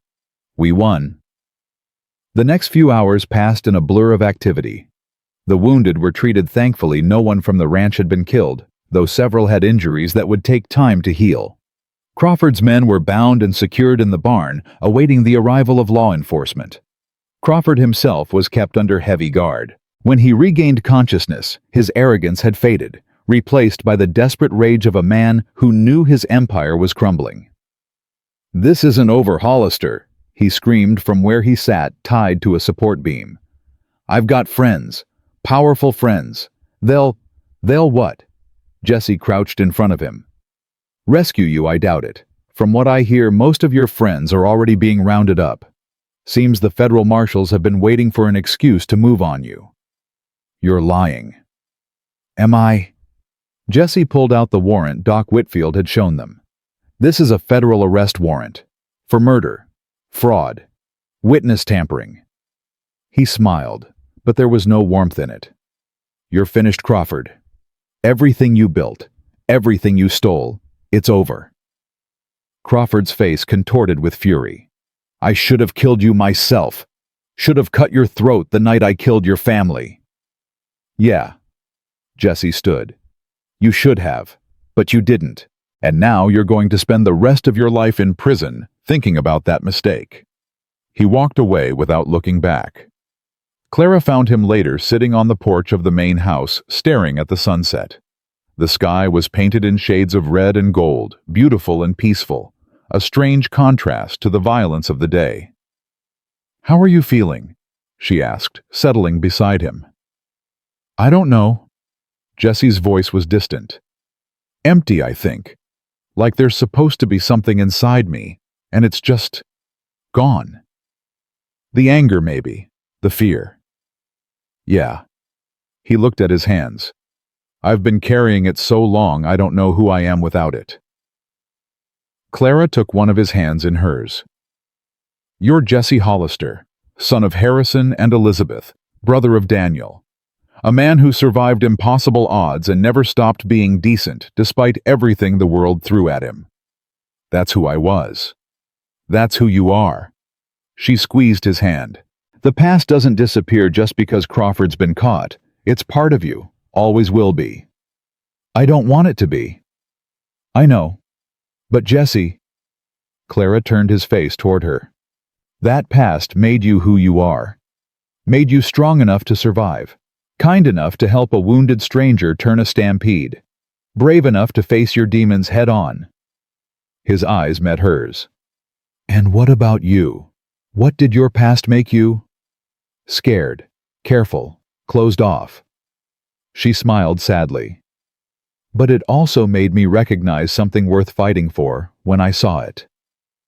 And what did you see? You. She leaned forward and kissed him softly.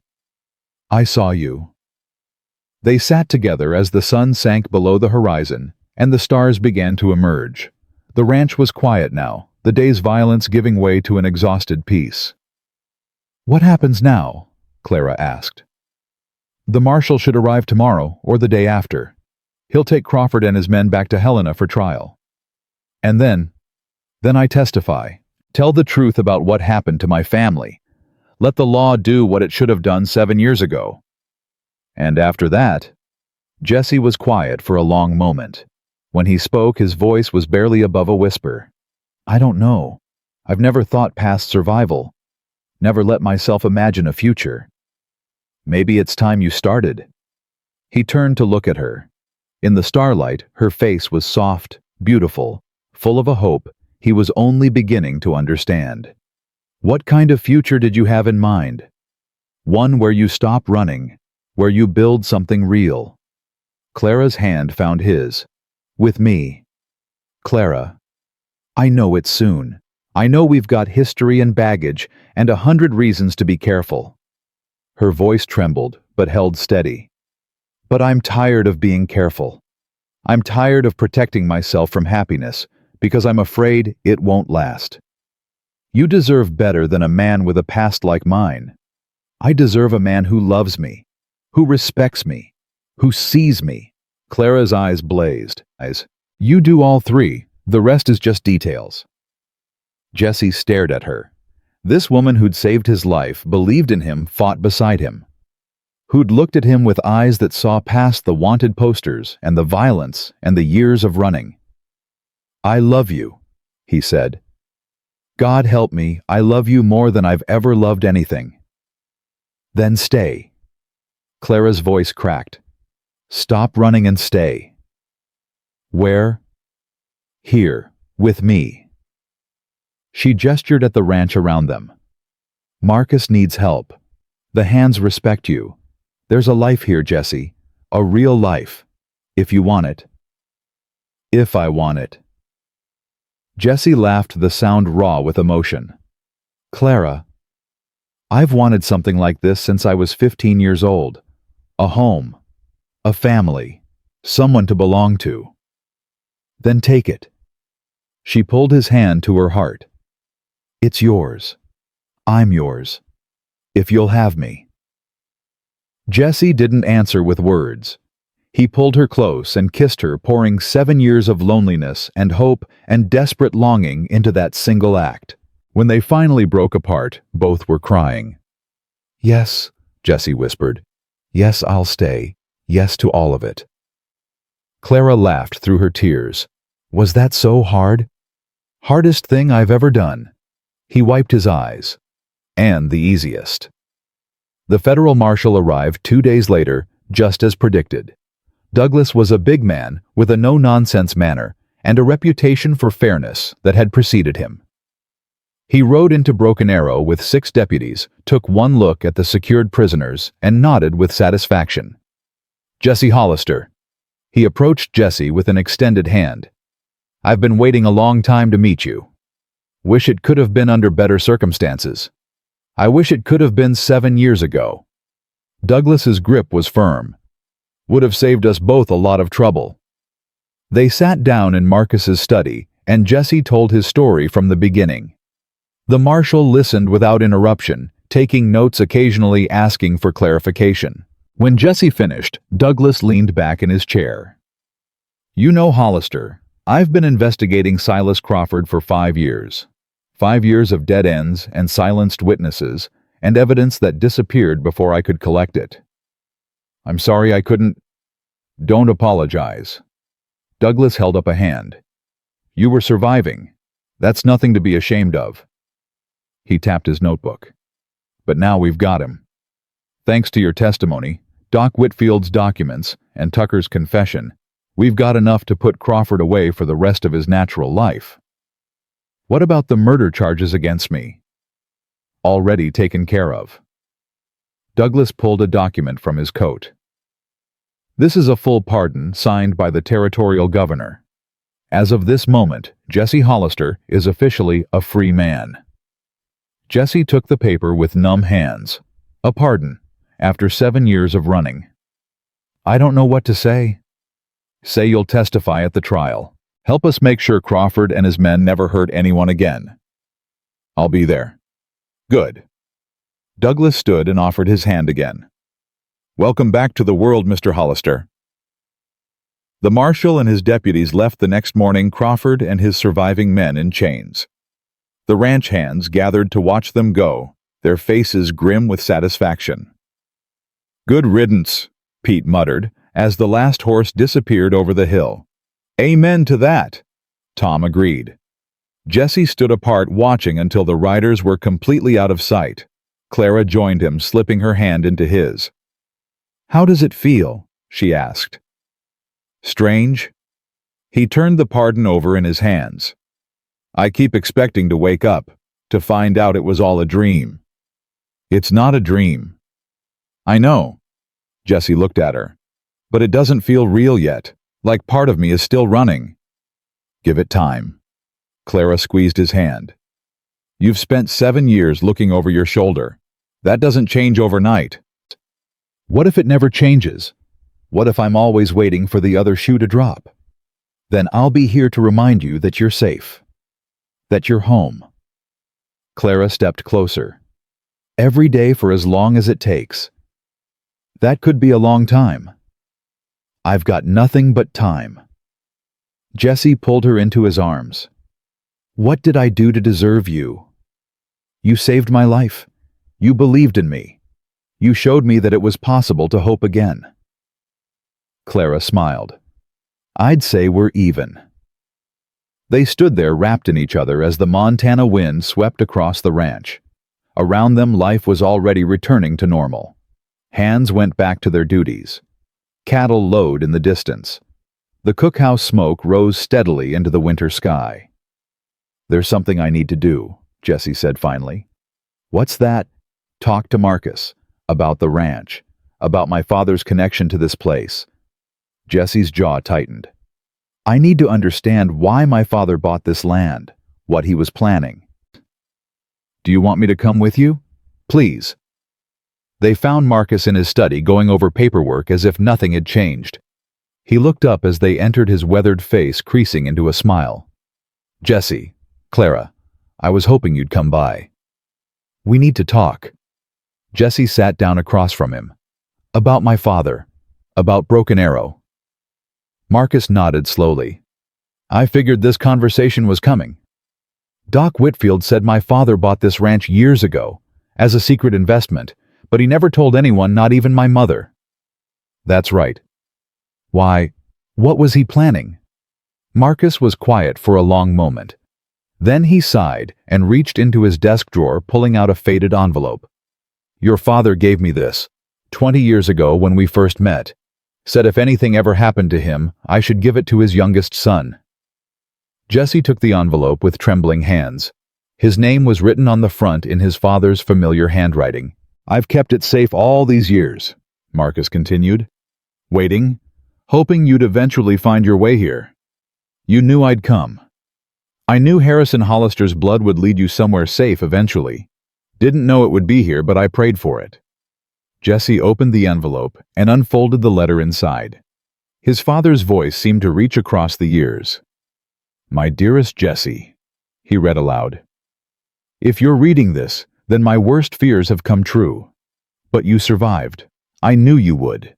You always were the strongest of us, even if you didn't know it." His voice broke. Clara's hand found his shoulder, steadying him. Jesse continued reading. "I bought Broken Arrow as insurance. A safe place far from Crawford's reach where my family could go if things ever got too dangerous. I never told your mother because I didn't want to frighten her. Perhaps that was a mistake. The ranch is yours, Jesse. The land, the cattle, everything. Marcus has the deed. He'll explain everything. Build a life there, son. The life I couldn't give you. Find love. Find peace. Find happiness. And know that wherever I am, I'm proud of you. Always have been. Always will be. Your loving father, Harrison." The room was silent when Jesse finished reading. "He knew," Jesse whispered. "He knew Crawford was coming. He prepared for it." "Harrison was a smart man," Marcus said quietly. "But he couldn't have predicted how bad it would get. Or how long you'd have to run. The ranch is mine. Legally, yes. Your father put it in a trust with me as administrator until you came of age or claimed it." Marcus pulled out another document. "I've been waiting to give you this." Jesse stared at the deed, his name written in legal script, owner of Broken Arrow Ranch. "I don't know what to say." "You don't have to say anything." Marcus stood and crossed to him, placing a hand on his shoulder. "Your father wanted you to have a home, a future, everything Crawford stole from you. But this is your home, your life. It can be both." Marcus smiled. "I'm getting old, Jesse. Too old to run this place alone. I was going to ask you to stay anyway as foreman, as partner. Now I'm asking you to stay as owner. And you? I'll stay as long as you'll have me. Help you learn the business. Pass on what I know." His grip tightened. "Your father was my friend. Helping his son is the least I can do." Jesse looked at Clara, at Marcus, at the deed in his hands. A home, a future. Everything he'd lost returned to him in ways he never could have imagined. "Yes," he said quietly. "I'll stay." Marcus's smile widened. "Welcome home, Jesse Hollister." That evening, Jesse walked the perimeter of the ranch alone. He needed time to think, time to process everything that had changed. His ranch, his land, his future. The words still felt foreign, unreal, like they belonged to someone else. He stopped at the eastern fence, looking out at the mountains, silhouetted against the darkening sky. His father had chosen this place, had seen something in this wild, beautiful land worth protecting. "I wish you could see it, Pa," Jesse whispered to the wind. "I wish you could know that it worked, that I made it." The wind answered with silence, but somehow Jesse felt heard. He stayed there until the stars came out, then walked back toward the main house. Clara was waiting on the porch, a lantern beside her, her face warm with welcome. "Find what you were looking for?" she asked. "I think so." Jesse sat beside her, taking her hand. "I was looking for peace, for permission to stop running." "And did you find it?" "Yeah." He smiled, and for the first time in 7 years, it reached his eyes. "I think I finally did." They sat together as the night deepened around them. The ranch was quiet now, peaceful in a way that no longer felt like the calm before a storm. This was real peace, earned peace. "Clara," Jesse said quietly. "Yes. Will you marry me?" She turned to look at him, her eyes wide. "What?" "I know it's sudden. I know we haven't known each other long. But I've spent 7 years learning that tomorrow isn't promised." He took both her hands in his. "I don't want to waste another day. I want to build a life with you, a family, a future." "Jesse, you don't have to answer now. I can wait. I just needed you to know. Yes. He blinked. Yes. Yes, I'll marry you. Clara's smile was radiant, tears streaming down her face. Yes to everything. Yes to all of it. Jesse pulled her into his arms, laughing and crying at the same time. You mean it. I've never meant anything more. Clara pulled back to look at him. I love you, Jesse Hollister. I've loved you since you collapsed on my doorstep and thanked me for saving your life. I'll spend the rest of my days making sure you don't regret it. I know you will. They kissed under the Montana stars, two broken people who'd found healing in each other. Two lonely hearts who'd finally found home. And somewhere, Jesse could almost feel his father smiling. The news of their engagement spread through the ranch like wildfire. By morning, every hand knew. By noon, Sarah McCraw had already started planning the wedding. By evening, the cookhouse was filled with celebration, laughter, and music, and the kind of joy that had been absent from Broken Arrow for too long. To Jesse and Clara, Pete raised his tin cup of whiskey.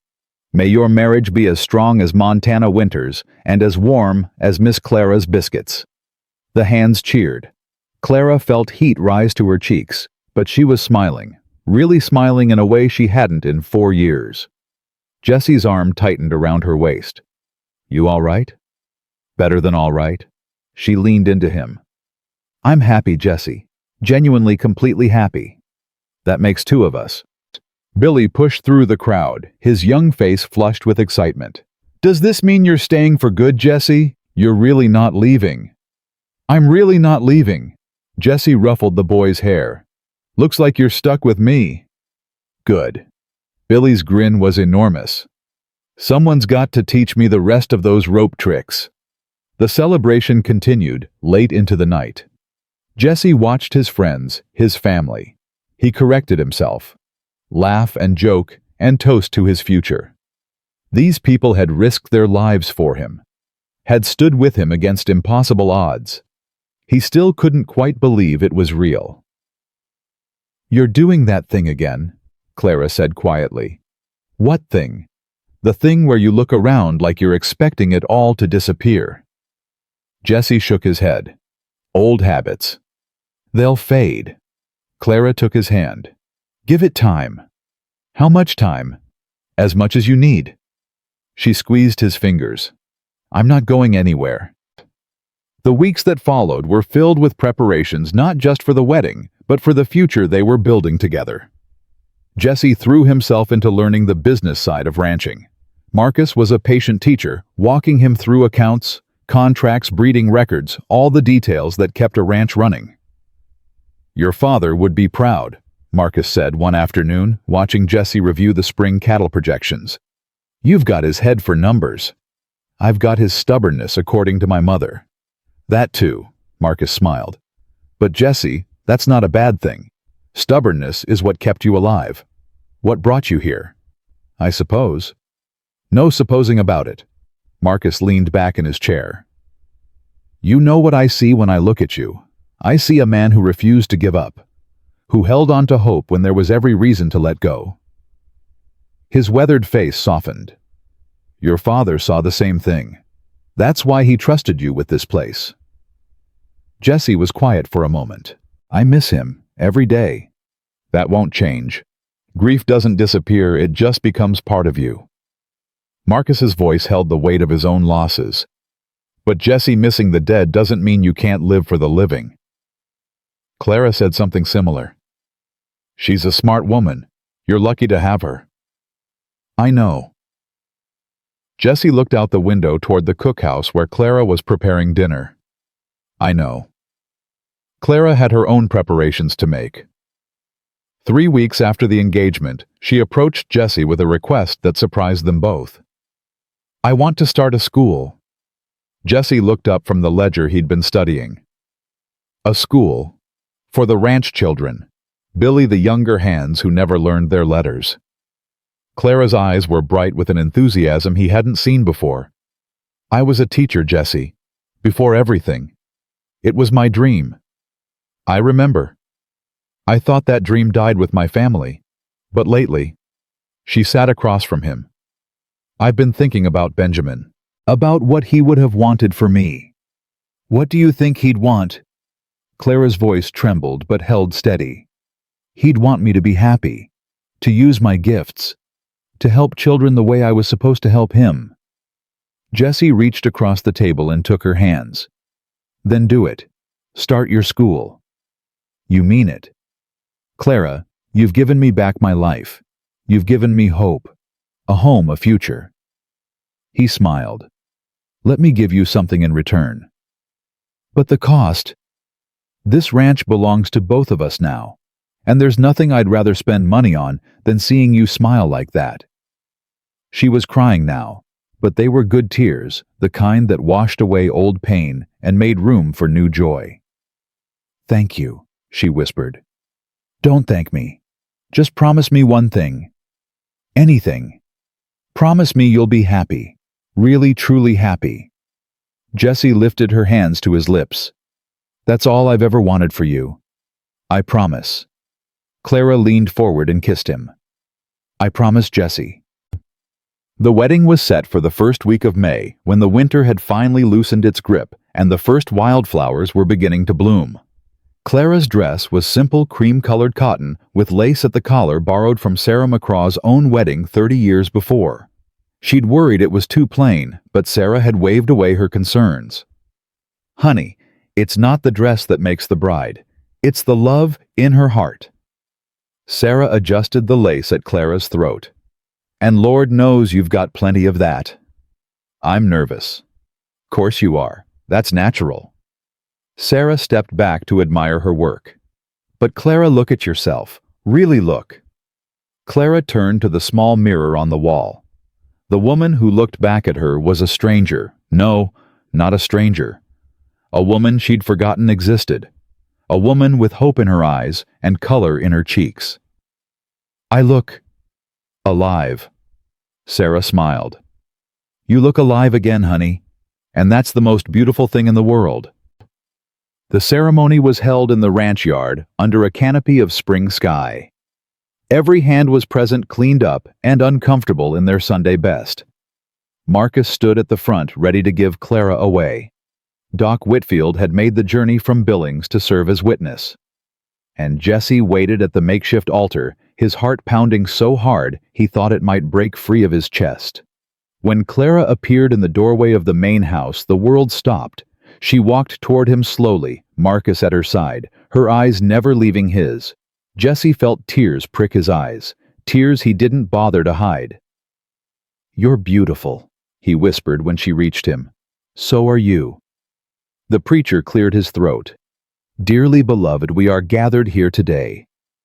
The words washed over Jessie like a dream. He heard himself speaking, heard Clara's voice responding, but it all felt distant, unreal. The only thing that felt solid was her hand in his. Do you, Jessie Hollister, take this woman to be your lawfully wedded wife? I do. And do you, Clara Whitmore, take this man to be your lawfully wedded husband? I do. Then by the power vested in me, I now pronounce you husband and wife. The preacher smiled. You may kiss the bride. Jessie cupped Clara's face in his hands and kissed her, pouring every ounce of love and gratitude and hope into that single moment. The ranch hands erupted in cheers. Someone fired a pistol into the air. Music started, Pete on the fiddle, Tom on the harmonica, and suddenly they were surrounded by celebration. Mrs. Hollister, Jessie said, testing the words. Mr. Hollister, Clara replied, her smile radiant. I like the sound of that. So do I. The celebration lasted well into the night. There was dancing and drinking and more laughter than Broken Arrow had heard in years. Billy got into the whiskey and had to be carried to bed by two older hands. Even Marcus, usually so dignified, was seen doing a jig with Sarah McCraw. When the stars were high and the fires burning low, Jessie took Clara's hand and led her away from the crowd. Where are we going? I want to show you something. They walked to the eastern fence where Jessie had stood so many times before, looking out at the mountains.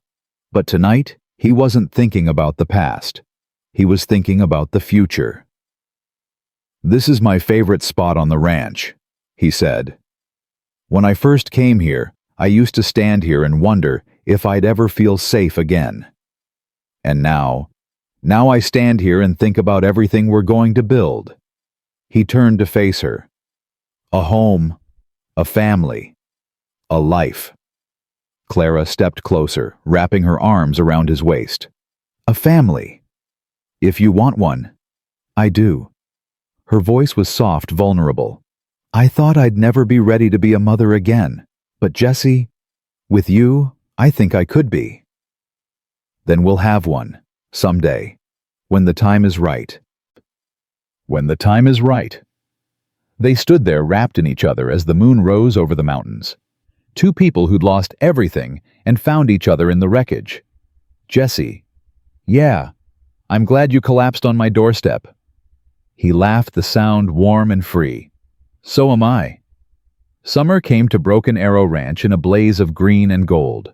Clara's school opened in June in a corner of the cookhouse that had been converted into a makeshift classroom. She started with 5 students, Billy, 2 younger hands who'd never learned to read, and 2 children from neighboring ranches, whose parents had heard about the new teacher at Broken Arrow. The cat sat on the mat. Billy read slowly, his finger tracing each word. "The cat sat on the mat." "Perfect," Clara beamed at him. "You're improving so quickly, Billy." "Really?" The boy's face lit up. "You think so?" "I know so. Another few months and you'll be reading novels." Jesse watched from the doorway, his heart full.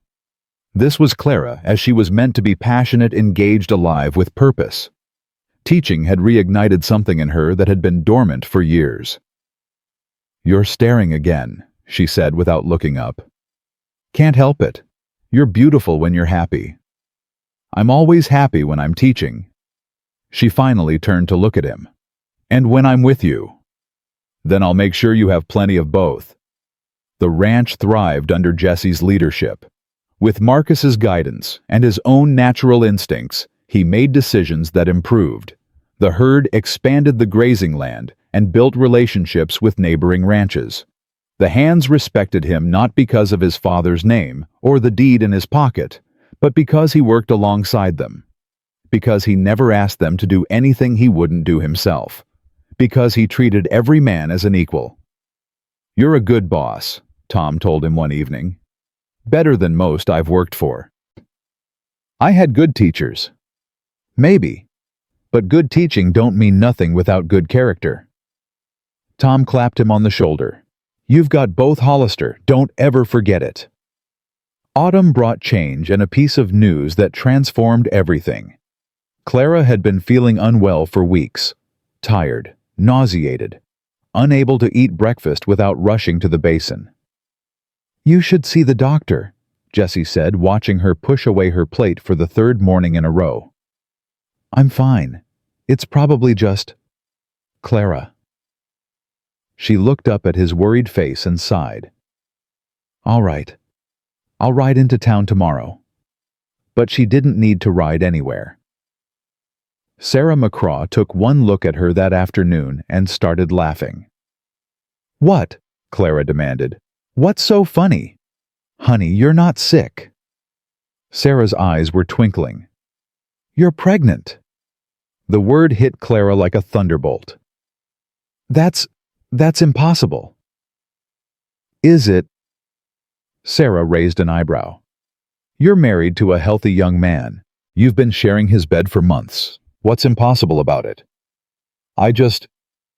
Clara sank into a chair. "I never thought. After Benjamin, I never thought I'd..." "Life has a way of surprising us." Sarah knelt beside her. "How do you feel about it?" Clara was quiet for a long moment. Then slowly a smile spread across her face. "Terrified," she admitted. "And happy. So incredibly happy." "Good." Sarah hugged her tight. "Now go tell that husband of yours before he wears a hole in the floorboards worrying about you." Jesse's reaction was everything Clara could have hoped for. She found him in the barn, checking on a mare that was due to foal soon. He looked up as she entered, his face immediately creasing with concern. "Clara, what's wrong? What did Sarah say?" "Nothing's wrong." Clara crossed to him, taking his hands. "Jesse, I'm pregnant." He went absolutely still. "Pregnant," he repeated. "We're going to have a baby." For a moment, Jesse didn't move, didn't breathe. Then his face crumpled, and he pulled her into his arms so tight she could barely breathe. "A baby," he whispered against her hair. "Our baby. Our baby." He pulled back, his eyes wet. "Are you all right? Is everything... Are you healthy?" "I'm fine. Sarah says I'm strong and healthy, and the baby should come in early spring." Early spring. Jesse laughed, the sound wild and joyful. "Clara, we're going to be parents." "I know. I'm going to be a father." "I know." He kissed her, then pulled back, then kissed her again. "I have to tell Marcus, and Tom, and Billy. God, Billy's gonna lose his mind." "Jesse. And we need to start preparing. The baby will need a room. We'll need supplies. I should write to the doctor and Helena, make sure we have..." "Jesse." Clara caught his face in her hands. "Breathe." He stopped, took a breath, then started laughing. "Sorry, I never thought I'd have this. Any of this." His voice cracked. "A wife, a home, a baby. Now you have all three. Now I have everything." Winter returned to Montana, but this time it brought no fear. Broken Arrow Ranch was warm and secure, well stocked for the cold months ahead. The hands were prepared, the cattle healthy, the fences strong. And in the main house, Jesse and Clara waited for spring. Clara's belly grew round and full. She stopped teaching when the winter set in, but planned to resume in the spring with help from Sarah. The students were eager to continue. Billy especially had developed a love of reading that surprised everyone, himself most of all. "You're going to be a great mother," Jesse told her one evening. They were sitting by the fire, Clara's feet in his lap, his hands rubbing the ache from her swollen ankles. "You think so?" "I know so. Look at how you are with Billy, with all the hands. You've got a gift, Clara." "What about you?" She watched his face. "Are you ready to be a father?" Jesse was quiet for a moment. "I've been thinking about that a lot, about what kind of father I want to be. And my father was a good man, strong, protective. He would have done anything for his family." Jesse's voice softened. "But he wasn't always present, always working, always planning. I don't think he realized how much time he was missing until it was too late. You don't want to make the same mistake." "No, I want to be there, really there." He looked at her, his gray eyes intense. "I want our child to know they're loved, to feel safe, to never wonder if their father cares about them." Clara reached out and touched his face. "They'll know, Jesse. They'll know because you'll show them every day." "I hope so." "I don't hope. I know." She smiled. "You're the best man I've ever met, and you're going to be the best father this baby could ask for." The baby came on a March morning when the snow was just beginning to melt and the first hints of spring were creeping across the land. Clara's labor was long but uncomplicated. Doc Whitfield had ridden out from Billings a week earlier, wanting to be present for the birth. Sarah McCraw served as midwife, her steady hands and calm voice guiding Clara through the hardest hours.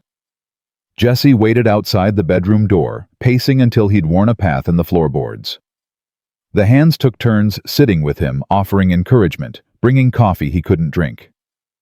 "First babies always take the longest," Tom said. "My wife was in labor 14 hours with our firstborn." That doesn't help Tom. Wasn't trying to help, just stating facts. When Clara's final scream gave way to the thin, strong cry of a newborn, Jesse's heart stopped. The door opened. Sarah stood there, her face wreathed in smiles. "It's a girl, Jesse, a beautiful, healthy girl." He pushed past her, barely aware of his own movement. Clara lay in the bed exhausted but radiant, a small bundle cradled in her arms. "Jessie."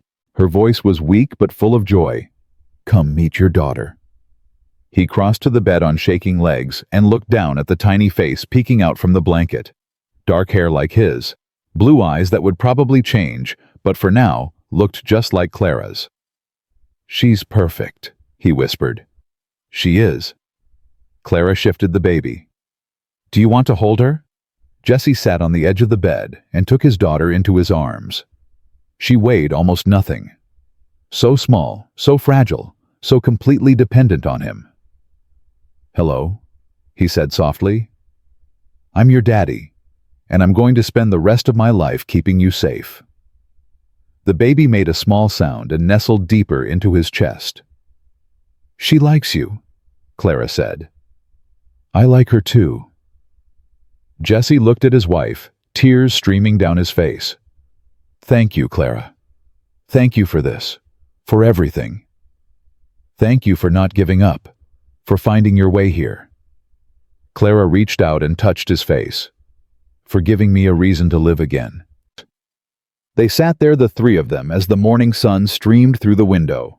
Outside, they could hear the hands celebrating news of the birth had spread quickly, and someone had broken out a bottle of whiskey to toast the new arrival.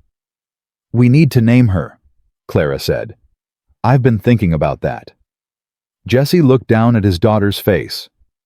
"What about Elizabeth, after my mother?" Clara smiled. "Elizabeth Hollister. I like it." "Elizabeth Clara Hollister," Jessie amended. "After both the most important women in my life." "Jessie, it's perfect." He leaned over and kissed her.